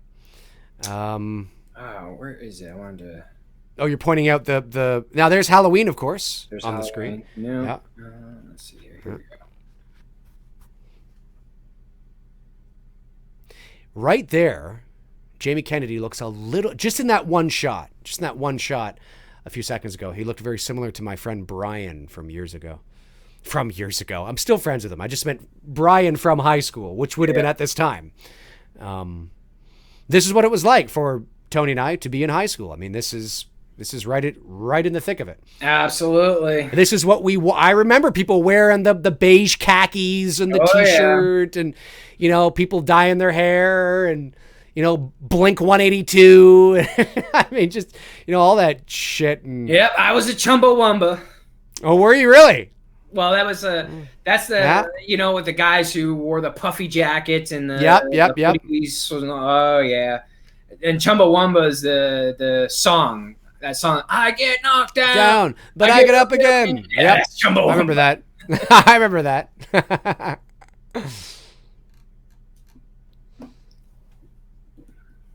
So we're at the scene now where Courtney Cox, of course, her character of Gail, and Dewey are walking along the street, and Dewey's awkward and socially awkward, and what's great about it though too is that his character is just he's socially awkward, but you believe it. But again, it's against the backdrop of a film that's very self-aware, so it works, Yes, sir. But now, when you watch this movie for the first time, who did you think the killer was? I was leaning towards Billy. Stu was the one that caught me way the fuck off guard. Stu, I did not see coming at all. But right. I was feeling it as the movie was progressing. You could see it with his character and the way Wes was, directing his character. I think that was intent because of the shocking reveal that there was actually two of them. Right. You know what I mean? Like when it was like, oh fuck, Stu's also involved in this shit. Right. What the hell? I was more shocked by that than I was Billy. Billy, I was like, yeah, I called it. That's right. Yeah. Yeah, I can't remember way back in the day who I thought. I think most people probably had a leaning towards Billy because of the way that he's presented, obviously. Right. But yeah, Stu, I think would, and I think people might assume Randy, obviously, because he knows everything about horror. So why not him, right? Yeah, I think Stu probably would have caught quite a few people. And also the reason why, Randy, when people have always argued about the fact that, if Randy said, if the movie is playing on the rules of horror and like, you can't, say, I'll be right back. You can't do drugs. You can't have sex. Right. Well, Nev has sex and doesn't die. Nev has sex with the killer. That's right. You know what I'm saying? Right. I see what you're saying. Right. So she's not giving it up to someone like, an average dude or whatever. She's giving it up to the killer. Therefore, if the rules don't apply at that point, since it's right. And let's not forget that the killer does attempt to kill her at some point, but she's also able to escape, but fails. Yeah, exactly. Exactamundo. Let's see here. Exactamundo. I did. I said exactamundo, man. Michael Myers says, has there been a horror game that scared you as a child or even as an adult? A horror game? You mean like a game or just a game kids play? Or no, not for me. Not really. No. Not for me. Definitely not. I'm not easily scared. Cross Caldwell says, have you guys seen the Saint Mod A24 trailer? Looked amazing. I have not. I'll have to check that out. Deadshot says, hey Dave, can you guys watch Clockwork Orange? Definitely. It's definitely gonna come. Kubrick is coming. Yep. Kubrick, or like I'd call him, Cool Brick. I just made that up now. It's not something I've ever called them before in my entire life. The Film Addict says, hey, Dave and Tony, thoughts on the Scary Movie franchise? I've only seen like the first one or two. I only saw the first one. The first one was all right, and I never really cared for any of them after that. Yeah. I didn't bother with anything. Didn't really bother at all. Billy's just got one of those. Now, has this actor... Billy's got that classic 90s T-shirt with the little stripes on it. I remember I rocked those T-shirts, man. I remember them. Now, has this actor gone on to do anything? Skeet? Oh, man, he's in a popular cop show right now. Okay, real popular cop show. I can't remember the name of it. The chat room will help me out. But yeah, no, he's done okay for himself. Lillard, though, I got to tell you, man, one of my favorite movies is, what's that movie? Punk. The Punk movie. I See Punk, right? I think is the name of it. Something Punk. Fucking love. It's a cult movie. It's a really good movie. I'm not familiar with it, but okay. Yeah, I'm hoping the chat room that's right. And Skeet was also on Riverdale. He plays one of the fathers. Yeah, that's right. Okay. Totally forgot about that. Great, good for him. Skeet has had a pretty, he's not like Nev Campbell or Courtney, Right. He's steady. He's kept working. It's SLC Punk. Thank you. SLC Punk. The Bears Live. That's right. Cool. Now, obviously, right now, you suspect it's a great misdirect, thinking that Hackers, Billy's been dead. Billy's been killed. That's a great movie.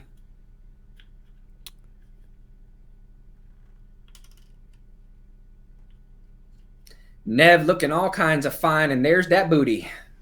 Yeah, she's on the roof right now, trying to escape. And like I said, I love the misdirect of pretending to kill Billy. Yeah. Thank goodness for that boat that's in the driveway. I mean, what would have happened if she just landed on the cement? Convenience. It's convenient. But yeah, she is my definitive scream queen. I go back and forth between Nev and Heather. Yeah, it's those two I go back and forth with. Yeah. Sorry, Halloween fans. Jamie Lee is just not up there for me. I'm not. Yeah. So yeah. Amy Steele, she'd be third. Well, what it is that one of the reasons why Nev and Heather stand out above Jamie Lee, if we want to get serious, is because Heather and Nev have more of the classical archetype girl next door looks. Yeah. So when you see that, Jamie Lee has more bolder features, and Nev and Heather have cuter features. Yeah. And so they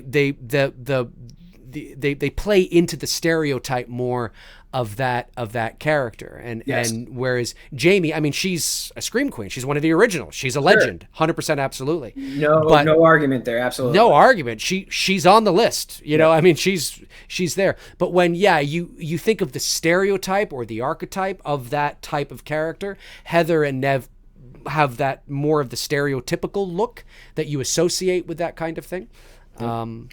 So yeah. At least that's how I see it. I love that shot where it just kind of zooms right up at the door. Just kind of like a Vertigo type thing. Yes, exactly. That's really cool that way. I like that. Kenny, you gotta go. They killed Kenny. You bastard! Oh no, not Kenny. You son of a bitch. Oh god, that joke got old real fast in high school. Oh, they killed Kenny? Oh fuck, did it ever? Oh, you know man. what? I had forgotten about it until now. Thanks, Tony. Respect my authority. That was one that went around, and I don't mind that one. That was cool. But that South Park line, that oh my god, you killed Kenny. I got tired of hearing that shit. Dude, I had, like I said, I forgot about it until you mentioned it just now. That's crazy. Sarah Carter says, I was thinking that too, Halloween boy. Oh, you're talking to somebody else. I love that you guys are chatting amongst each other too. It's so great. It's so great. It's so great to see a cool little community that, we've built and here on the channel, and it's just great. Super chat from Big G says, thank you, buddy. Says, why was Kennedy limping in Scream holding his leg? I haven't seen this movie in a little bit. Tony, do you know why that is? Why was Kennedy limping and he falls? Okay, yeah. He falls, I think. Falls over something. I know he gets shot in the shoulder by Billy. Does he get shot in the leg at all? Does he get shot in the leg maybe? Or I can't remember. Well, we're about to find out. I can't remember. Damn. We shall find out. And I literally just watched this movie in October when me and Dave did our movie quote review on this. And I'm drawing a blank. When did we do this? When did we 2 months ago. We did really? Yeah. Let me have. We should have done it like this from the get-go with some of these popular movies, because to reference it while we're watching it, man, it's like so much easier to do. You're right. We did it. And I like the timing. If you guys notice here in the Halloween scene, we're at the ending there where Jamie Lee Curtis falls down. The iconic, shaped stock music comes on, and Michael walks around. We're in that moment of Halloween, which is very parallel to what's happening in the movie with Scream. Right. Right. Yep, that's a good point. Yep, love the dripping blood there going all over. That's just awesome. I love that.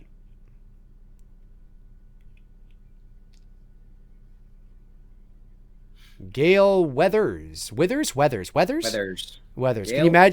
Can you imagine if Gail Weathers was the weather person? Oh, that's right.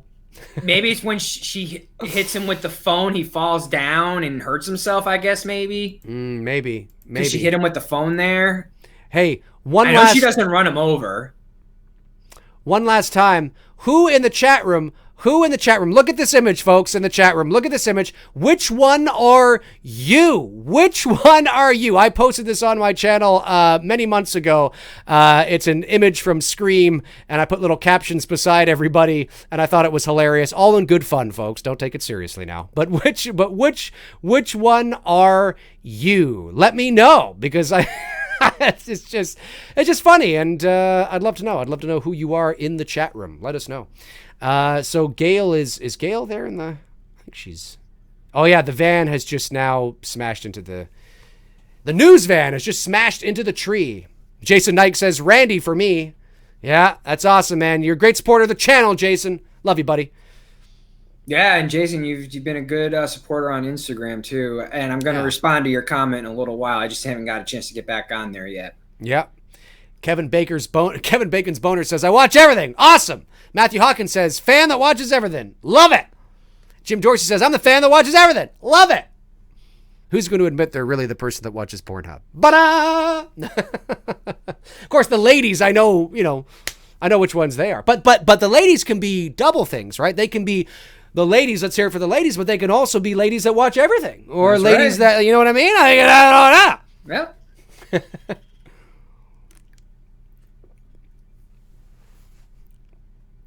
Love those like I like seeing Nev I like looks the comedy like here with the killer, and he's with the keys. yeah, I love that. At the time, is how I'm saying it. I know it's one of the two, but I love it how they did that. That was a great moment in the movie, and you don't see that too often with with Freddy. You got a little bit of Freddy toying with his victims, but he definitely did. It made, you know what I mean? You know, they very well could have been.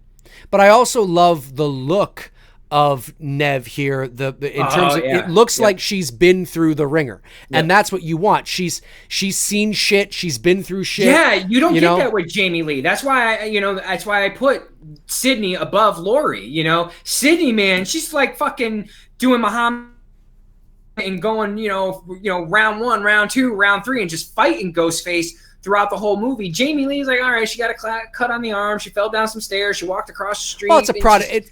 It's a product of the times too. But definitely, I know what you're saying. But it's just so great to see her with blood on her face and all that kind of stuff. Oh, here's the scene. Why is Randy limping? Well, there's nothing definitive as to why. Maybe he pulled a hamstring running. Maybe he did, because obviously Randy and Stu, there's something that's happened off screen that we just haven't seen. Yeah. I love this back and forth between Randy and Stu. You don't know who to believe. Right. You don't know who's telling the truth, and that's a nice touch. Super chat comes in from Edward Moody. Thank you, buddy. He says, I found Randy is a very relatable character, and because of that, one of my favorite characters in horror. A lot of people do, because he's the guy that just, you get it. Right. As a horror fan, everything he's saying, you get. Yeah, I personally, if I were to say, I identify as Randy as well, too. I'm that guy who watches all the movies, loves the movies, super fan, you know what I mean, of the movies. Yeah. Loves having discussions about the movies and shit. Definitely, yeah. I'm in the Randy category as well. And very relatable, absolutely. Right. We all go a little mad sometimes. Anthony Perkins, Norman Bates, Psycho. That's right. Love it. We should do a Psycho night. No, we did do a Psycho night. But we didn't watch it. We didn't watch it. But yeah. It's a great film, though. Oh, for sure. Great film. Super chat comes in from Big G. Thanks, buddy. Gale Weathers' hair was a horror in Scream 3. Now, here's the moment, of course. Right. Here's the moment where you begin to find out, oh, shit. Just a flesh wound, Randy. Get up. That's right. Kevin Bacon's boner. Super chat. Thanks, buddy. Says, who has a better resume, Carpenter or Craven? Well, define what you mean by better.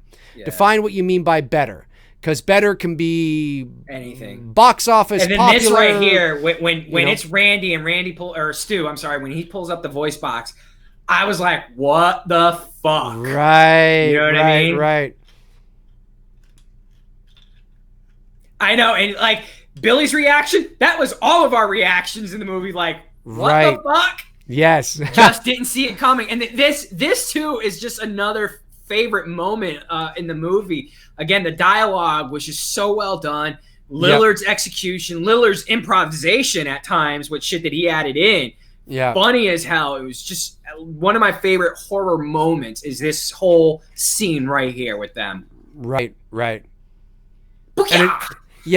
it shows you the level of crazy and insanity that Stu has.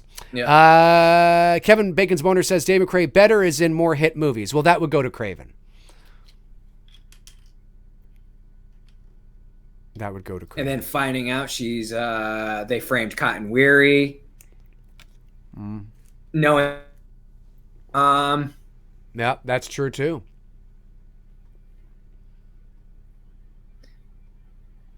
You have to wonder too if there's not, and again, it seems like there's almost a sexual undertone here, like they want to torture her or something. You know what I mean? Now it's not said, and I'm not saying that that's what they're thinking, but for a woman in this position, it would be incredibly frightening anyway.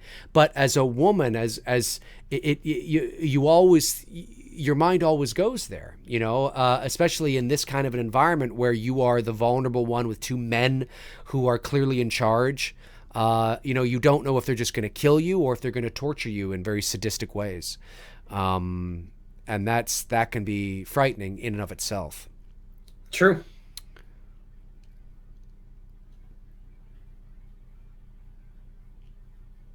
Is he talking about his father now? Yeah, her mom was screwing around with his dad, and it caused his marriage to fall apart, and so that's why that was his motive. That was his motive, folks. That's pretty intense. Pretty intense. Zach Axiola says, since it's New Year's, what are your thoughts on the original Poseidon adventure from 1972 starring Ernest Borgnine and the 2006 Gene Hackman's in that? Yeah, I love that movie, actually. Yeah, it's a great movie. It's a great movie. And I actually didn't mind the 2006 remake. I actually thought it was all right. It was entertaining. I enjoyed two it. Similar movies like that, the Poseidon Adventure and the Towering Inferno. Do you remember the Towering Inferno? Yes, I do. They're very similar type of movies. Really good movies. Yes. Yeah. Yes, I do. I do remember that. Yeah, Billy is not a nice man. Oh, out comes the dad. Out comes the dad. The dad is out. He's been taped up. Dad! No, not Dad. Now, again, do I know that it's specifically the knife that he's currently holding in his hand right now? Very, very may well be, but we all know. One of the hero knives that was used in this movie. Now, what scene was it in? I don't know. All I know is I paid a fortune for it. That's awesome stuff, man. That's awesome stuff. Jim Dorsey sends in a super chat and says, when I saw this in the theater in 1996, some a-hole yelled, "There's two killers," out loud before the movie started. The whole place erupted in anger. What a fucking douche. It's just a fucking douche. Like, why do people do that? Yeah, it's just it's people who have just miserable... This is you and me, Dave, if we became killers. This is us right now. Dave, stab me, Dave. Bring it on, man. Come on. Are you sure, man? Are you sure? Do it. Just get it over with, man. Dave, I think you went a little deep, man. I'm feeling a little woozy here, buddy. Yeah, that's what would happen. They end up killing each other in the process. I'll remember. Oops. It's very sadistic. Crazy. And I love how they sort of start to argue with each other. Right. You know what I mean? It's like there's a sort of a, they start to turn on each other, which often happens with people who are sort of fighting for superiority and dominance. You gotta have a sequel. That's right. Oh, don't worry. You did. Vegas Courier says, I wish the theater were crazy like then, but not as bad as Scream 2. And that was just for the beginning. I wish theater were crazy like that. One of my favorite lines, man. Movies don't make psychos. Movies make psychos more creative. Yeah, it's a good line. It's a good line. Super chat comes in from Big G. Was Billy and Stu more than friends? Probably. I don't think so. It's just two best friends arguing. Jordan Wright says, the beginning scene when Drew and the ending kitchen scene with Sid are two of my favorite scenes in any horror movie. Great bookends to a great movie. Yeah. It's a good, like I said, guys, it's a movie, and I know you hear me say this a lot, but it's a movie that didn't need a sequel, and I think actually the series actually suffered with sequels. And that doesn't mean that doesn't mean that there isn't enjoyment to be had, or maybe somebody in the chat room loves all of them equally, and that's awesome. But I think you could have left it. It's because of the kind of movie it is, because it's self-aware, spoofy. It plays. Like it'd be like doing a sequel to Knives Out. It's like, yeah, you don't need to do that. Like it's the shtick. The shtick is revealed. It serves. I think if you had just left it as this one movie, that would have been it. It would have been fine. Scream would still be the classic it is today. Yep. 100%. Because there's nothing the sequels did that helped, made any, it didn't. The only one I can give it any if 2 and 3 were gone and they revisited it, later like they did with 4, that would have been fine. Because Right. 4 I thought was a good sequel. 2 and 3, I've rarely watched those, to be honest with you. Right, Very right. rarely. I typically watch this one and I'll watch the 4th one. Well, and then it gets to the point where it's all about the believability, you know. Right. And I know they're just fun movies, but Sure. you know, when you start, it's now it's Billy's mom, and then it's this guy, and then now these, and then you know the cousin, and now she has a brother she never knew about, or or didn't think about, or it's just like, are you fucking like? It just feels like, okay, now we're stretching it a little too far, and this was a great movie. It was a great, fun movie that just didn't need a sequel, obviously. Dave, they want you to do Trump's voice as Ghostface. Hello, Sydney. Okay, it's me. It's Trump. You are tremendous. I'm going to kill you tremendously. Do you like scary movies? Which one do you like? Okay, which one? The biggest, the best scary movie. Hello, Sydney. I love these lines with Stu. Pure pressure. Yeah, well, he's trying to blame it now. He's trying to. He knows he's fucked. Oh, dick. Yeah, he knows he's fucked, and he's trying to. They know they're in trouble.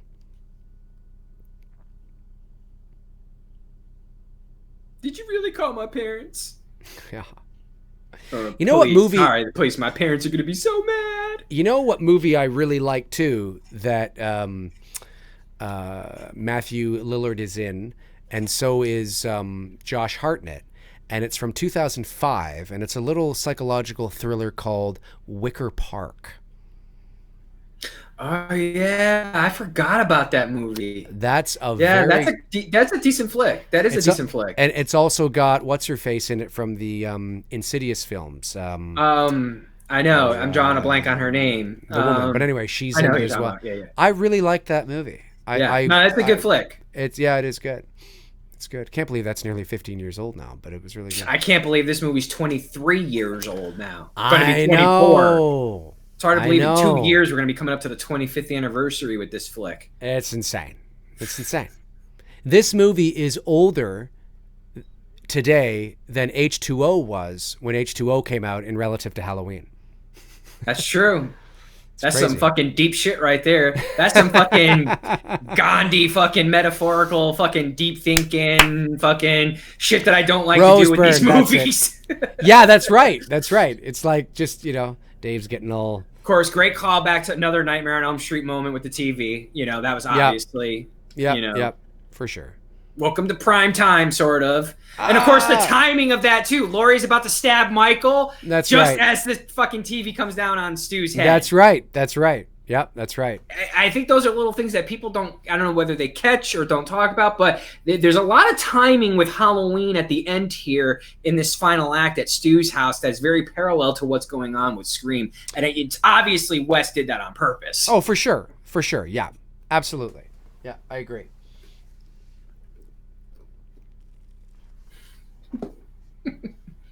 What are you laughing Fucking at? Randy.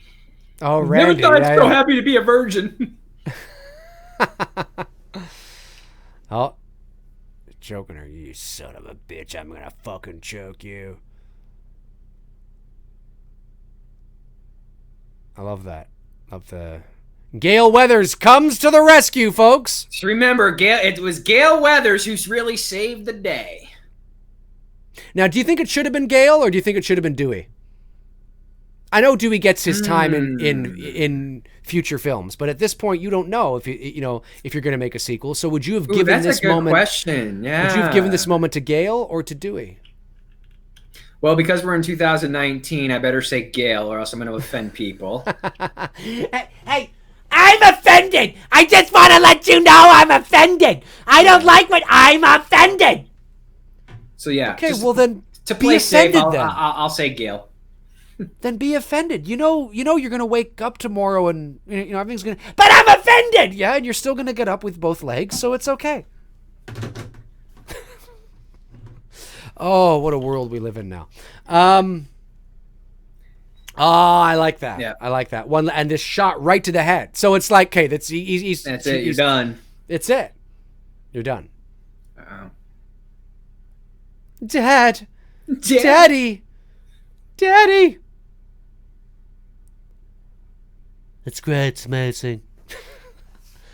Love that scream. It's the best scream. The biggest scream. The biggest? What the hell is that supposed to mean, Trump? I don't know. It's excellent. It's fantastic. It's tremendous. Of course, Dewey's alive, film. you know, and Gail's about to go live. But you see this is such a nice way to end this It really movie. It's and complete. It's complete. You don't need. It's a great way to end it. You know, you pull back, and it's probably a crane shot. Is it a crane shot? Yeah, we're rising, so it's definitely a crane shot. You're pulling back. You're moving upwards. This is great. This bookends it, and It does. And the reason why I do like Scream 4 as a sequel versus to the other two is because from a storytelling point of view, it makes a lot of sense because you can, if you eliminate the two in the middle, this is, you know, you look at what Sydney's life has been like since the incidents in Woodsboro. Right. And, you know, what her life has gone on to become. She's a writer and all this stuff, and she gets all this notoriety and shit like that. And the cousin, you know, having to live through that, you know, and having to know, like, okay, my cousin was Mrs. Popular and I want to be like my cousin and all. Like, that narrative made a lot more sense than, you know, the third one was her brother, which was stupid, plot twist. And then the second one was just Billy Loomis's mom, played by Roseanne Barr's sister from the Roseanne show that I always forget her name on. I didn't like those plot points, but the cousin jealousy and envy I bought into, and that's why I like Scream 4 a lot. That was a really good plot point. Gotcha. Stephen Agostino says Dave pronounces movie as Movie. Movie? Movie. Is that just a Canadian thing? Movie? I say movie. Movie? Movie? M-O as in moo, like a cow? Movie? Maybe it's just when I'm speaking fast, I slurring the word, maybe like, you know, that's my favorite movie. You know, maybe it sounds kind of weird, but it's definitely movie for sure. M-O-V-I-E. Let's Time see for the here. question. We're going to the super chats. Super chats. We're going to the Q&A. chat room, the Q&A, which we will answer super chats and as many non-super chat questions as we possibly can, ladies and germs. So let's jump. I said super chats because one just popped up, so it was on my. It's amazing how things like that affect your brain. But that was Scream, the original Scream from 1996. If you guys watched along with us, hopefully you had a good time as much as we did. Super chat comes in from Big G. Thank you, buddy, for supporting the channel. Says Scream 4 was too gory. What was that about? It's a reflection of the times. I mean, you know, 2011, right? Yep, 2011. Anytime you're making a sequel, naturally you need to you need to up it. I mean, whether I agree with that or not, but I understand why. I mean, there is no doubt with a title like Halloween Kills, there's going to be listen. Oh, well, let me tell you something. Halloween Kills, all the dudes are dying, but the chicks are living. I'm telling you that right now. Watch that shit happen next year, and everyone's gonna be like, "Fucking Tony called it." that'd be funny. That'd be so awful. That'd be funny. Let me see here. Okay, let's see. Hey, Darren Sands is in the house. Darren says Scream 2 and 3 are just friends with knives. That's true. It's very, very true. It definitely is friends with knives. Yes. Friends with knives with a crazy Jackie from Roseanne. I mean, that's essentially. Pretty much. That's kind of what it comes down to. I remember when I saw it, I was like, Jackie from Roseanne, the fuck is going on here? Worlds are colliding and it just shouldn't be happening. Yeah. DMT Infinity. Dave, what is your favorite color? Tony, what is your favorite band? Take it away, Dave. What's your favorite color? Blue. I mean, I know that's nothing really, pretty cliche, but blue would be my I don't wear a lot of blue. I have a few dark blue things, but I definitely like the color blue, and it's many different shades. So cool. Motley Crue. Yeah. Motley Crue, man. Yes, Motley Crue. Lost Boy Boyus sends in a super chat, $2. Thank you very much, buddy. Much appreciated. The Film Addict says, thoughts on The Godfather 3? I don't know if I've seen The Godfather 3. I've seen the first two. I don't watch it. I only watched the first two, and that's it. I hear, it's not as good as the first two. Let me see here. Halloween Boy 69 says, Behind the Mask, The Rise of Leslie Vernon is sort of kind of related to Scream's meta style. Love that film. I haven't seen the movie. Well, then no spoiling it for you. I highly recommend watching it. I think you will enjoy it. It's a good movie. Okay, cool. I will. I'll make sure to check that out. Let me see here. Oliver Mercer says, I hear Nev Campbell, David Arquette, and Courtney Cox will be returning for Scream 5. Plus, will a trailer for It's Me, Billy trailer be dropping? I've heard the same thing. Because of the era we're in now with the nostalgia and everybody returning and all that kind of jazz, then they're not doing much else. No offense, but I mean, it's not like some of them will be under contracts for certain things, but I can certainly see them returning, and why the hell not? You know what I mean? In terms of the It's Me Billy thing, no, I got asked the other day by somebody who said, when am I dropping a trailer for It's Me Billy? I've been waiting a couple of years or something. And I'm thinking, a couple of years? I just announced the movie in the summer. There's no way you've been waiting a couple of years. So no, a trailer for It's Me Billy is not coming anytime soon, because we're nearing the end of the development phase, and then we move into pre-production. And then obviously after that, then we shoot. Now, Bruce and I will be shooting a little teaser trailer. I don't think it'll be as involved as the teaser was for Dylan's New Nightmare, but we definitely want to shoot a little teaser for our Indiegogo campaign, which we hope to launch next spring. And so there'll be that to kind of give you sort of a visual aesthetic and look and feel sort of with what we're going for, to help sell the idea. But a trailer for It's Me Billy is a long way away, because the movie hasn't even been shot yet. So yeah. You could do something with the telephone and just have the telephone ringing. Oh, Tony, don't worry. And then and then you hear someone pick it up and go hello, and all you hear is a Billy sound effect voice. That would be a cool teaser trailer. As I just dropped spoiled the whole teaser trailer concept idea. Tony, we think alike. Let's see here. Lost Boy sends another super chat, or Lost Boy, I should say. Oh, was that the one before? Maybe it was the one before. Was it one before? No, it was another one. Thank you, buddy. Much appreciated. Jacqueline McEwen says, Dave, will It's Me, Billy take place at Christmas? I was watching Black Christmas, and it occurred to me that, unlike Halloween, it seemed like Billy wasn't specifically motivated by the holiday. That's a good point. Yes, it will be. Now, whether we actually shoot at Christmas time is another thing. We might be shooting in November, or but definitely it will be Christmas time in the movie. So because we want to keep with that sort of tradition. We're not necessarily shooting at Christmas, but definitely we'll be shooting. And whether or not we'll have snow, I don't really know, but we'll see. But definitely in the movie, it takes place at Christmas. Totally makes sense from a budget standpoint. You know what I mean? To capitalize on your, neighborhoods that are already got Christmas decorations up and stuff. So if you're doing pickup shots or, transitional scene shots, you've got it there. You just go and I'm not doing anything. I'm just filming. And anything that you want to, for the prop department on the film, I mean, to purchase Christmas items are always easier to purchase at Christmas time. So exactly. Yeah, exactly. I mean, there are stores, as I'm sure there are, in Atlanta as well. There are, things up here that there's an all, Christmas store or something like that, yearly Christmas, whatever. I mean, they do exist, but it's always easier to find what you're looking for when it's I guess after November 1st, essentially, because that's when it really starts. Zach Gaxganola at Dave McRae, with the weight of the Rise of Skywalker being the end of the entire saga, do you, as a fan, feel genuine satisfaction and honest finality that you can, but as the end? I don't think I read but as the end, yeah. The end? Yeah, I think what he's saying is that do I feel that it is a real? Am I satisfied that it's the end of all 9 movies? Well, I don't think it's the end. I think they got another trilogy coming. Well, in terms of the Skywalker saga, in terms of this story, do I feel that it's the end?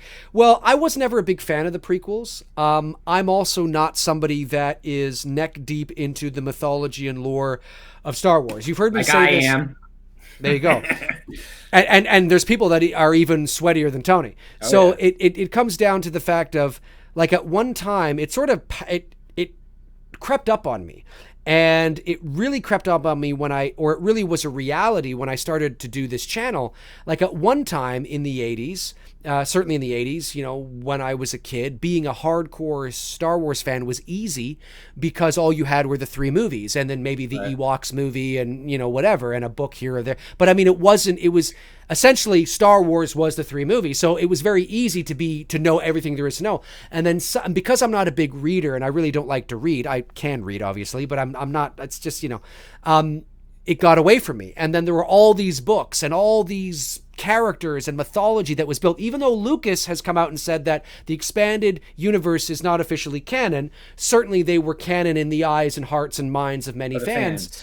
Sure. And there's all these characters that they've cherry picked certain, characters and brought them over and certain things and all that kind of jazz. There's so many books and so many comics and so many video games and so many planets and so many, and all this stuff that to me, Star Wars is just the movies, and I don't even, like, people are like, well, didn't you hear about, Ku Quan Kwan from the depths of that region, and he's, a Jedi that fought with the Knights of the Old of this and that, and then there's the, Darth Guanguago and I'm just like, what the fuck? Who the fuck are all I have no idea what the fuck you're talking about. To me, it was just Han, Luke, and Leia and the fucking thing. So, I will interject though and tell you that if you get a chance, Bane would be one person.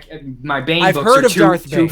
Too far out of reach, but they're up there. But Revan is also really good too. I would recommend it enough. See, for me, the novels, I'm very particular. Like, I don't do them all. You know what I mean? Because there's just so many out there. Well, it's just too many. There's series that expand characters. Right. But there are certain characters that I like, Revan and Bane.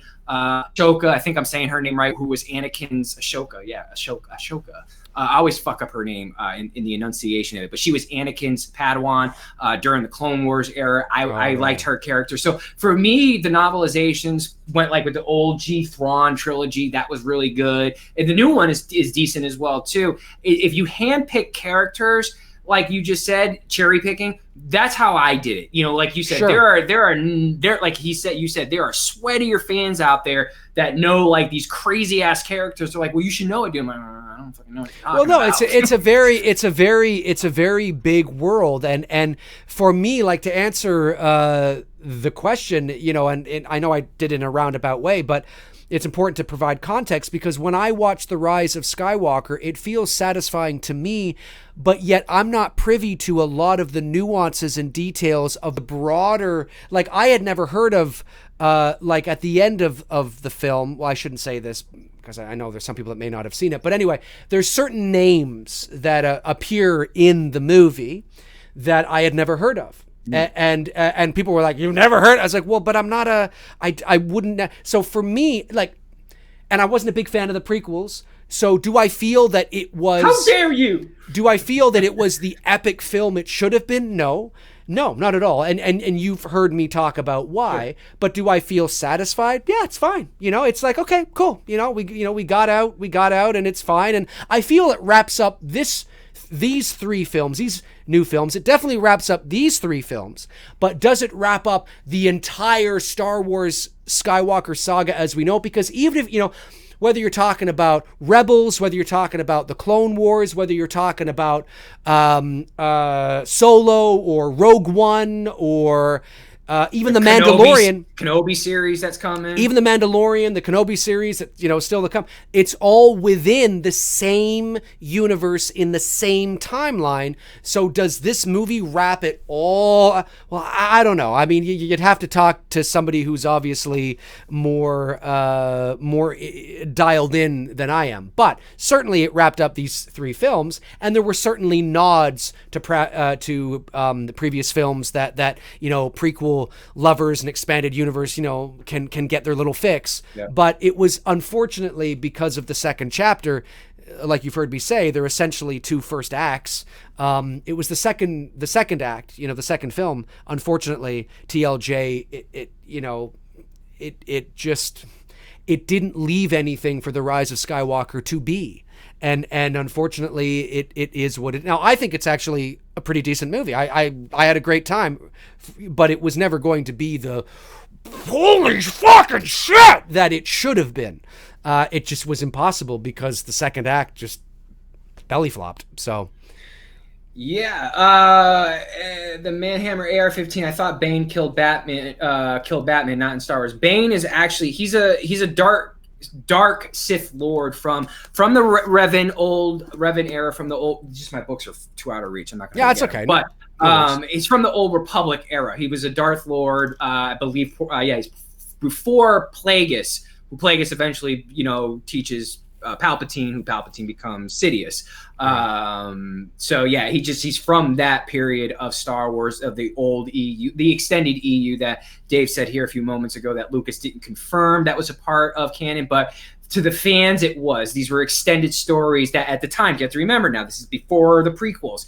These were the stories that we got that went beyond just Return of the Jedi and the Ewok movies, okay? Because we had nothing else but the novels, and Darth Bane was a character from the Old Republic that they had created, and one of my favorite Darth characters next to Revan and next to Vader. Maul is in there. I like the character, like the Darth Maul novels are good. They expand on his character more. I just thought Lucas's execution of him in Phantom didn't quite, hit a home run. But I like the character. Gotcha. Matt Breton says, good evening, gentlemen. Good evening, Matt. How you doing, man? Jay Cobain said, he's talking to Entertainment Wizard. Let's see here. What do we got? Jason Nike says, I wonder how many people know that Superman is Canadian. Oh, well, he was... I believe it was a joint effort. I think there was somebody. Technically, you're right, and so is basketball. Basketball was invented by a Canadian way back in the day. Superman. You Canadian fuckers are just the coolest, man. We're just so fucking cool. Yeah, back. There is somebody. Yes, there's a Canadian. A Canadian was heavily involved in the creation of Superman. That is true. Because I forget his name now, though. But yeah, he essentially, that ironically, that is true. Deadshot Ninja says, hey Dave, can you guys do The Shining? Can you answer my comments more often too? Well, we're definitely going to do The Shining. I can't promise we're going to answer your comments more often because it's first come, first serve, and what we see there. Well, we try to be fair and answer as many people's questions as possible, you know what I mean? Exactly. And I always say, I don't know if I've said it today, but I often say, so I'll say it now, that it's impossible for Tony and I to answer each and every question, and there's several reasons for that. Obviously, at this very moment, we have 151 people watching. There's many people in the chat room. At one point, there was 260 people, and there's a lot of questions. Now, Super Chats will always garner our attention first, obviously, because people are paying, and they're highlighted, and they come in, but we try to answer as many as we can just in the regular chat as well. But as Tony said, we want to be fair to everybody, and we want to answer as many as we can. But if we don't get to your question, it's never personal. It's never personal. It's not like if I don't get to your question, it's either because I haven't seen it or well, that would be it. It's because I haven't seen it, and there's so many that come in. And Tony and I like to be thorough with our answers because you're taking the time to sit here and watch us and ask, and we like to be thorough. So, so we'll do our best, but we can't make any promises. But yes, we're definitely going to do The Shining eventually. Robert Kitzmiller says, you say you're fine with decisions being made if it serves the narrative of the story. Yes, of course. How do you feel about JJ's decision? Well, you should have put a spoiler in there, buddy. Then just don't read it out loud. I won't read it out loud. How do I feel about JJ's decision when you are strong, not wanting? Well, it's hard to answer without getting into spoilers, but let me just say that my concern was without there being a sacrifice. And, somebody can it's hard to talk about this without talking about spoilers, but let's just say it's too new. It's too new. I wouldn't get into it. Let's just say that it depends. It depends on how it's done, and it depends on if what's going on, if this individual is able to go on or not. And what happens. So, people got to pay for what they've done. And Jenna. Daisy, yes, I did see. She asked if I watched The Dirt. That's the Motley Crue biopic that Netflix did. And Netflix, I thought they did a great job. The casting was great. I loved everyone. The guy who plays Nikki Sixx did an amazing job. The guy who played Mick definitely nailed Mick. Machine Gun Kelly, I just felt like he was trying to be a wannabe Tommy Lee. Like I don't think he embraced Tommy Lee. I just thought he was just mimicking Tommy Lee. Like I never really saw that Machine Gun Kelly really adapt. Like where the other guys who the guy who played Vince Neil, I felt like I was watching a young Vince Neil. The guy who played Mick, I thought was did a great job at playing Mick. Sure. And Mickey, like I just said, but Machine Gun Kelly, I thought that was yes, I get the body frame. He was tall, he's skinny because it's Tommy Lee. He's tall and skinny. But yeah, no, it was good for a Netflix movie. It was good. I was really surprised. I was like, Netflix is doing this. They're not going to do a full feature with a studio, and it surprised me, and it was well done. I actually thought, because I've read The Dirt, and The Dirt really could have been a series. There's so much more that they could have gone into. Right. That they had to shorten it within about a 2-hour movie. So that was my only one complaint. Cool. The False Prophet says, "Hey Dave, has anybody told you look like Joey McIntyre. Joey McIntyre from New Kids on the Block? Please don't go, girl." You know what's funny about that? Actually, I think somebody has. If I remember, I don't. Here's the thing. I'm gonna talk about this because this is actually really funny. Yes, I think somebody did in college years ago. I've noticed when people say I look like people. Because some people have said, you look like Eminem, or, you look like, Joey McIntyre, or you look like Chad Hardwick, or I've had like all these random people, and I look them up and I'm like, first of all, they don't look like anything. They don't look like each other. So I'm like, what the hell are they seeing? And it's certain features, like it's certain, like, oh, it's, they have, I have a similar jawline or something, or a similar sort of, it's the way my mouth kind of maybe comes down, or the way I look in a toque, or that, like, there's just certain, I've yet to see anybody that I'm like, wow, that really looks like me. Like, you know what I mean? I can see certain things of what people are saying, but even here, we got Daisy. Dave is Ron Howard. Ron Howard looks nothing like Joey McIntyre. No, so it's like, close. what are, but again, if you look at Ron Howard, maybe there's something in his chin, or maybe there's something, and that's what I've noticed, that it's certain features, but people just say it, but people aren't going to say that. Like, when somebody sees that, they're not going to say, hey, you got Joey McIntyre's chin. Like, they're not going to say that. So they just say, hey, does anybody tell you look like Joey McIntyre? When really it's too broad of a statement. There's just certain features. You'd be like, oh yeah, I can kind of see it maybe in the eyes a little bit or something. But nobody's going to go, holy shit, you look like Joey McIntyre. I mean, it's just, yeah, I get the only celebrities I get is the lead singer from Green Day when I'm not wearing the glasses, and when I don't have a beard. When I was younger, a lot of people thought, and with my hair coofed up like that, I looked like Jason Priestley, your Canadian boy.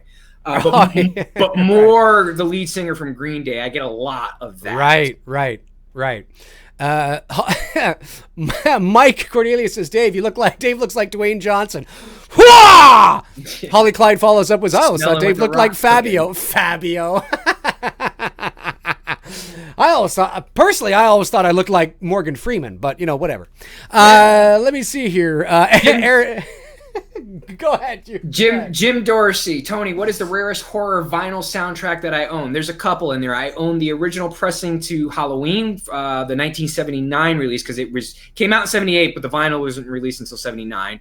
And then I got the original pressing for The Exorcist and the original pressing of Halloween 4 on vinyl, which is almost nearly impossible to find. The Halloween 4 soundtrack, I actually got that Germany. That's where I had to get that bad boy. It's like almost impossible at the time anyways, to find it in the States. And I had to have it imported in from overseas, and I paid a pretty big fortune to get that awesome. Bad boy. So I love it. Those are my 3 rare ones. So yeah. Nice. I love it. Let's see here. Michael Myers says, what is your top 5 2019 films? Okay, by top, do you mean what are our favorites, or what we think are the best movies of the year, like objectively, whether whether we liked it or not, in terms of what is objectively sort of, you know what I mean? Sure, yeah. Or like probably mean that the movies we've seen, what we liked the best, What we like. right? That's what I would guess. Well, I don't go, like you guys probably go to the movie theater more than I do, because there's a horror movie coming out or a popular movie coming, like I don't, I go to the movie theater. I still haven't seen Dr. Sleep. Neither have I. Yeah. Exactly. So I get to the movie. I still haven't seen Rambo: Last Blood. Same I here. still haven't seen. The Irishman. I got to watch that.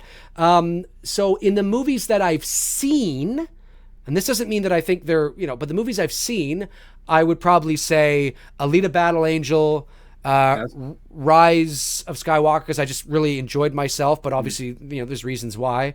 Knives Out, I thought was great. Joker, and Joker and I gotta think. For me, Joker was my It's favorite. probably going to end up being The Irishman once I finally see it, but Joker was my fave. Irishman next. Peanut Butter Falcon, which is a great film with Shia LaBeouf, is really good. Honey Boy, another Shia LaBeouf. Shia LaBeouf had a good year this year. That was really, really good. Like the shit that I found out about his childhood and what was the show he did? Something Stevens or something like that. I was too old.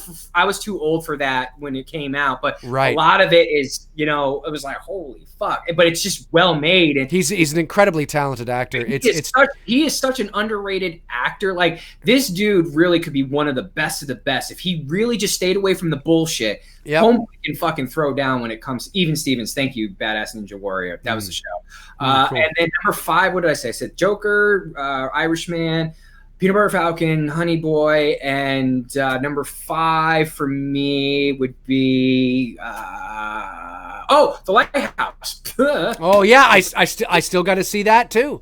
I still got to see that. That's such a good. Oh my god, such a good. I gotta movie. fucking see it. I gotta tell you, dude. I have never been more excited for someone playing a character than I am for Pattinson playing Batman. Every time I see this, every time I see him now in a movie, he is just like he's another one. Like we just said about LaBeouf. Right. Pattinson is just fucking like he is elevating his skills as an actor every time I see him in a movie.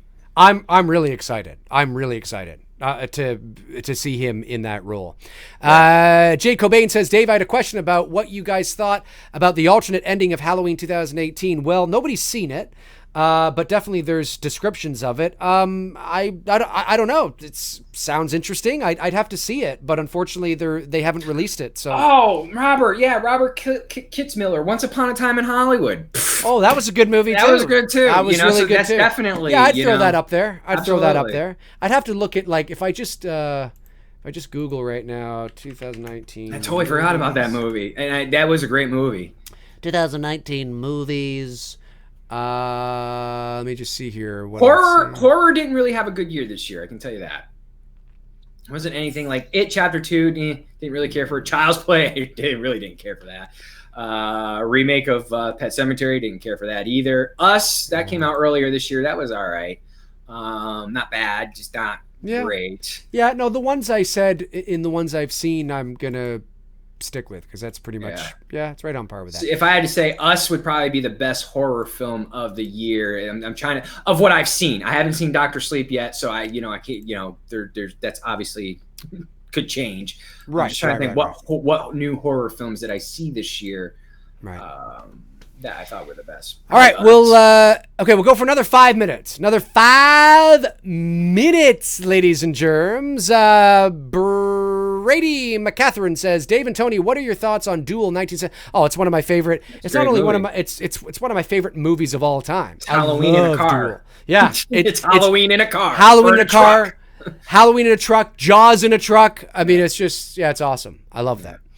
E_S18 D&T, most embarrassing moment in public. Most embarrassing moment in public. Well, to be fair, I'm not easily embarrassed. But I will say, and I don't even remember if this was embarrassing or not, but I will say that as a young teenager, maybe I was, I don't know, 12, 13 maybe, I was taking the train from Ottawa, which is where I grew up. Wasn't born there, but I grew up there. Ottawa, which is our nation's capital here in Canada. It's like your Washington in the States.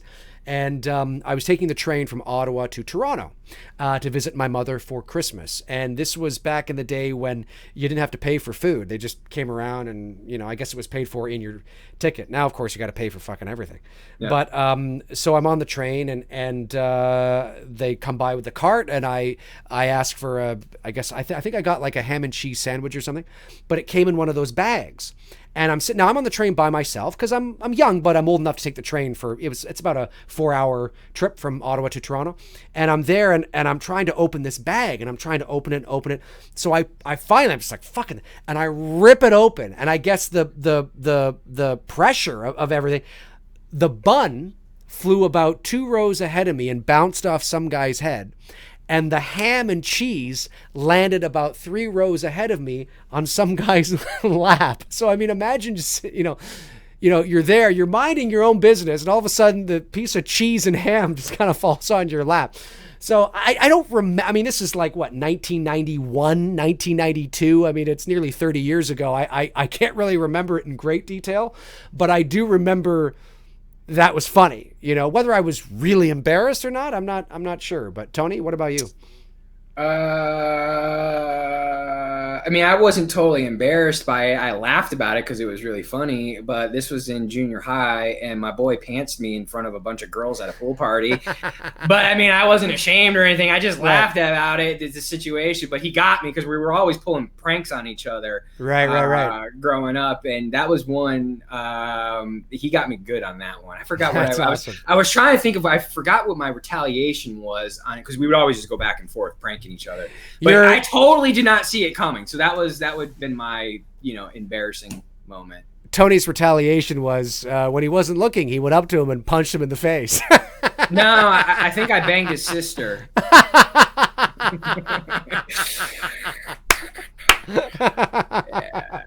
Oh my Lord, that's some funny stuff. Super chat comes in from Nick. Saw Black Christmas for the first time, guys. It was great. You mean the original Black Christmas? I certainly hope that's what you're talking about, Nick. What you're talking about. But if you did, awesome. Yes, it's underrated because it's still sort of in the cult zone.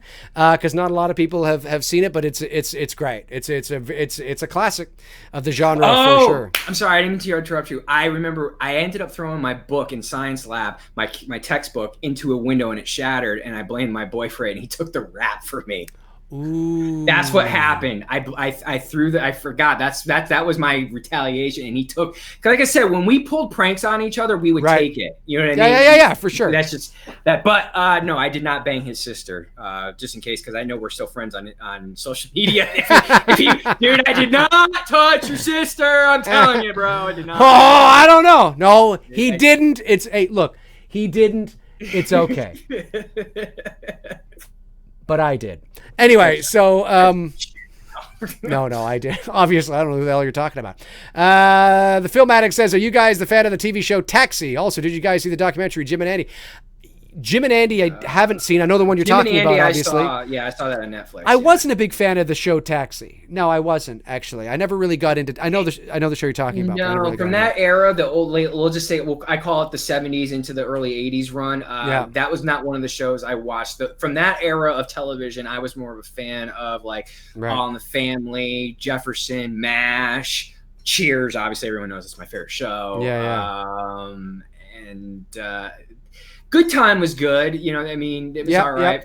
Facts of Life sort of borders into that as well, too. You take the good, you take the bad, you take them both, and there you have the facts of life. So, yeah, but Taxi was just – and that's, that's what's his name, who did Cheers and did, all the big – and Frasier, and he did what was his name? Jimmy. Was he a producer? He created all of them. He created all these shows. Hey, Google, Jesus, they had a. Who created Frasier? David Angel. No. Website deadline.com. They say Frasier Created by the late David Angel, Peter Casey, No. and David Lee, is one of the most celebrated comedy series of the 1990s and 2000s. Cheers. Ask who created Cheers. Hey Google, who created Cheers? Oh, you're thinking of Jim Burrows? Summary. Jim Burrows, thank you. Wikipedia.org.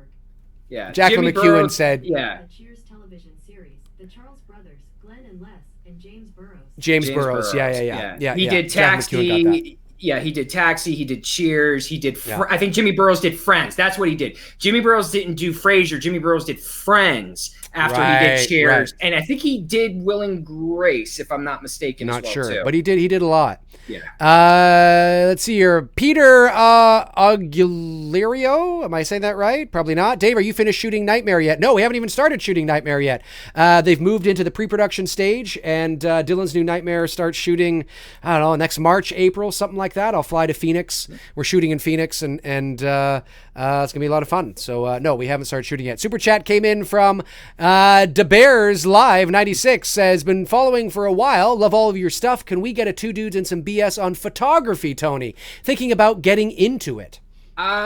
Maybe I might do, because now Instagram's got Instagram stories and I can do up to 15-minute videos on there. I might do it That's on there. cool. I don't think I'm going to do it on YouTube. YouTube's platform is just changing and not changing for the better. And I don't think I'll ever go back to making videos on YouTube. But Instagram now has the ability to allow us to make, like I said, up to 15-minute videos. That's really cool. So I think I'm going to do that on my Instagram. It's on the photography page that I do, not the horror theme page, but the Tony Michael Pics with 2X, because that's more related to photography and Right. compositions and things like that. That I will probably put it on there and do that. I don't think it would really fit the narrative for what me and Dave do, Right. because we don't really talk about photography. I mean, we do, I'll touch on it occasionally during our show, but the channel is really not designed for that. Would you agree? Oh yeah. No.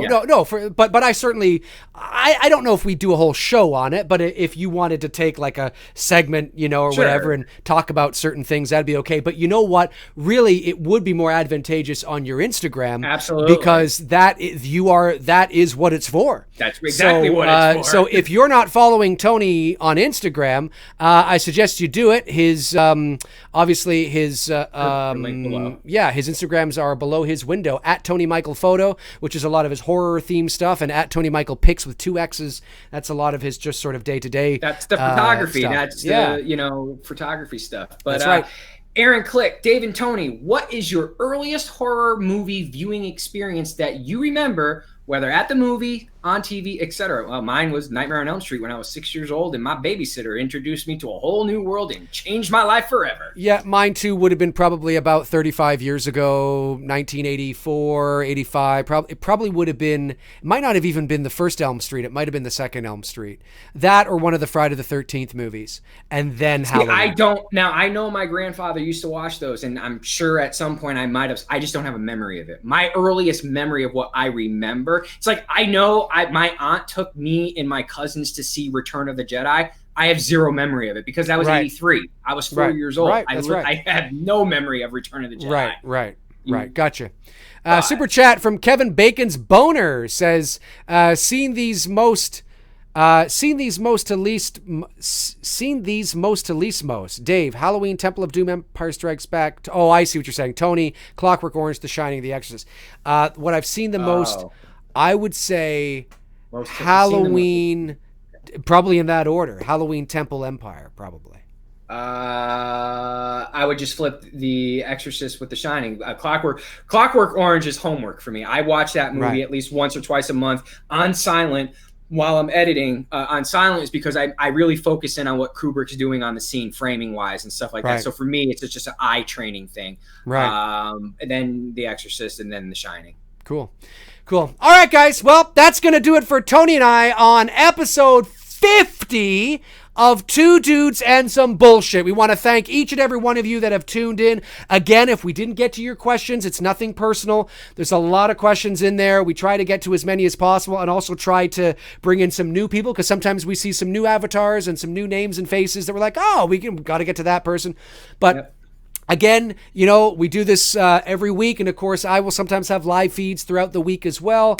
And I'm thinking about, if time can do it for me, I'm thinking about maybe having my own little, I don't want to say show. Well, I guess it's a show that I do maybe a couple of times a week live early in the mornings or something like that, like 11 or noon or something. I'm on for maybe an hour or something like that. You should call it Breakfast with Dave. Breakfast with Dave. Brunch with McRae. Maybe I'll get Tony. Maybe I'll get Tony on as a guest or something. But anyways, I'm thinking about doing that. It's something I've been thinking about for a while. But of course, schedule is a big thing, so yes, so that might be coming very soon. The New Year's around the corner. Might be launching that in January. Not 100% sure, but there are other ways, of course, to that I will be able to answer questions and all that kind of stuff. And if there's something you want to ask Tony that you weren't able to do here and he wasn't able to answer it, follow him on Instagram, because that's where he will answer the questions you have. And as well too, we just want to thank each and every one of you that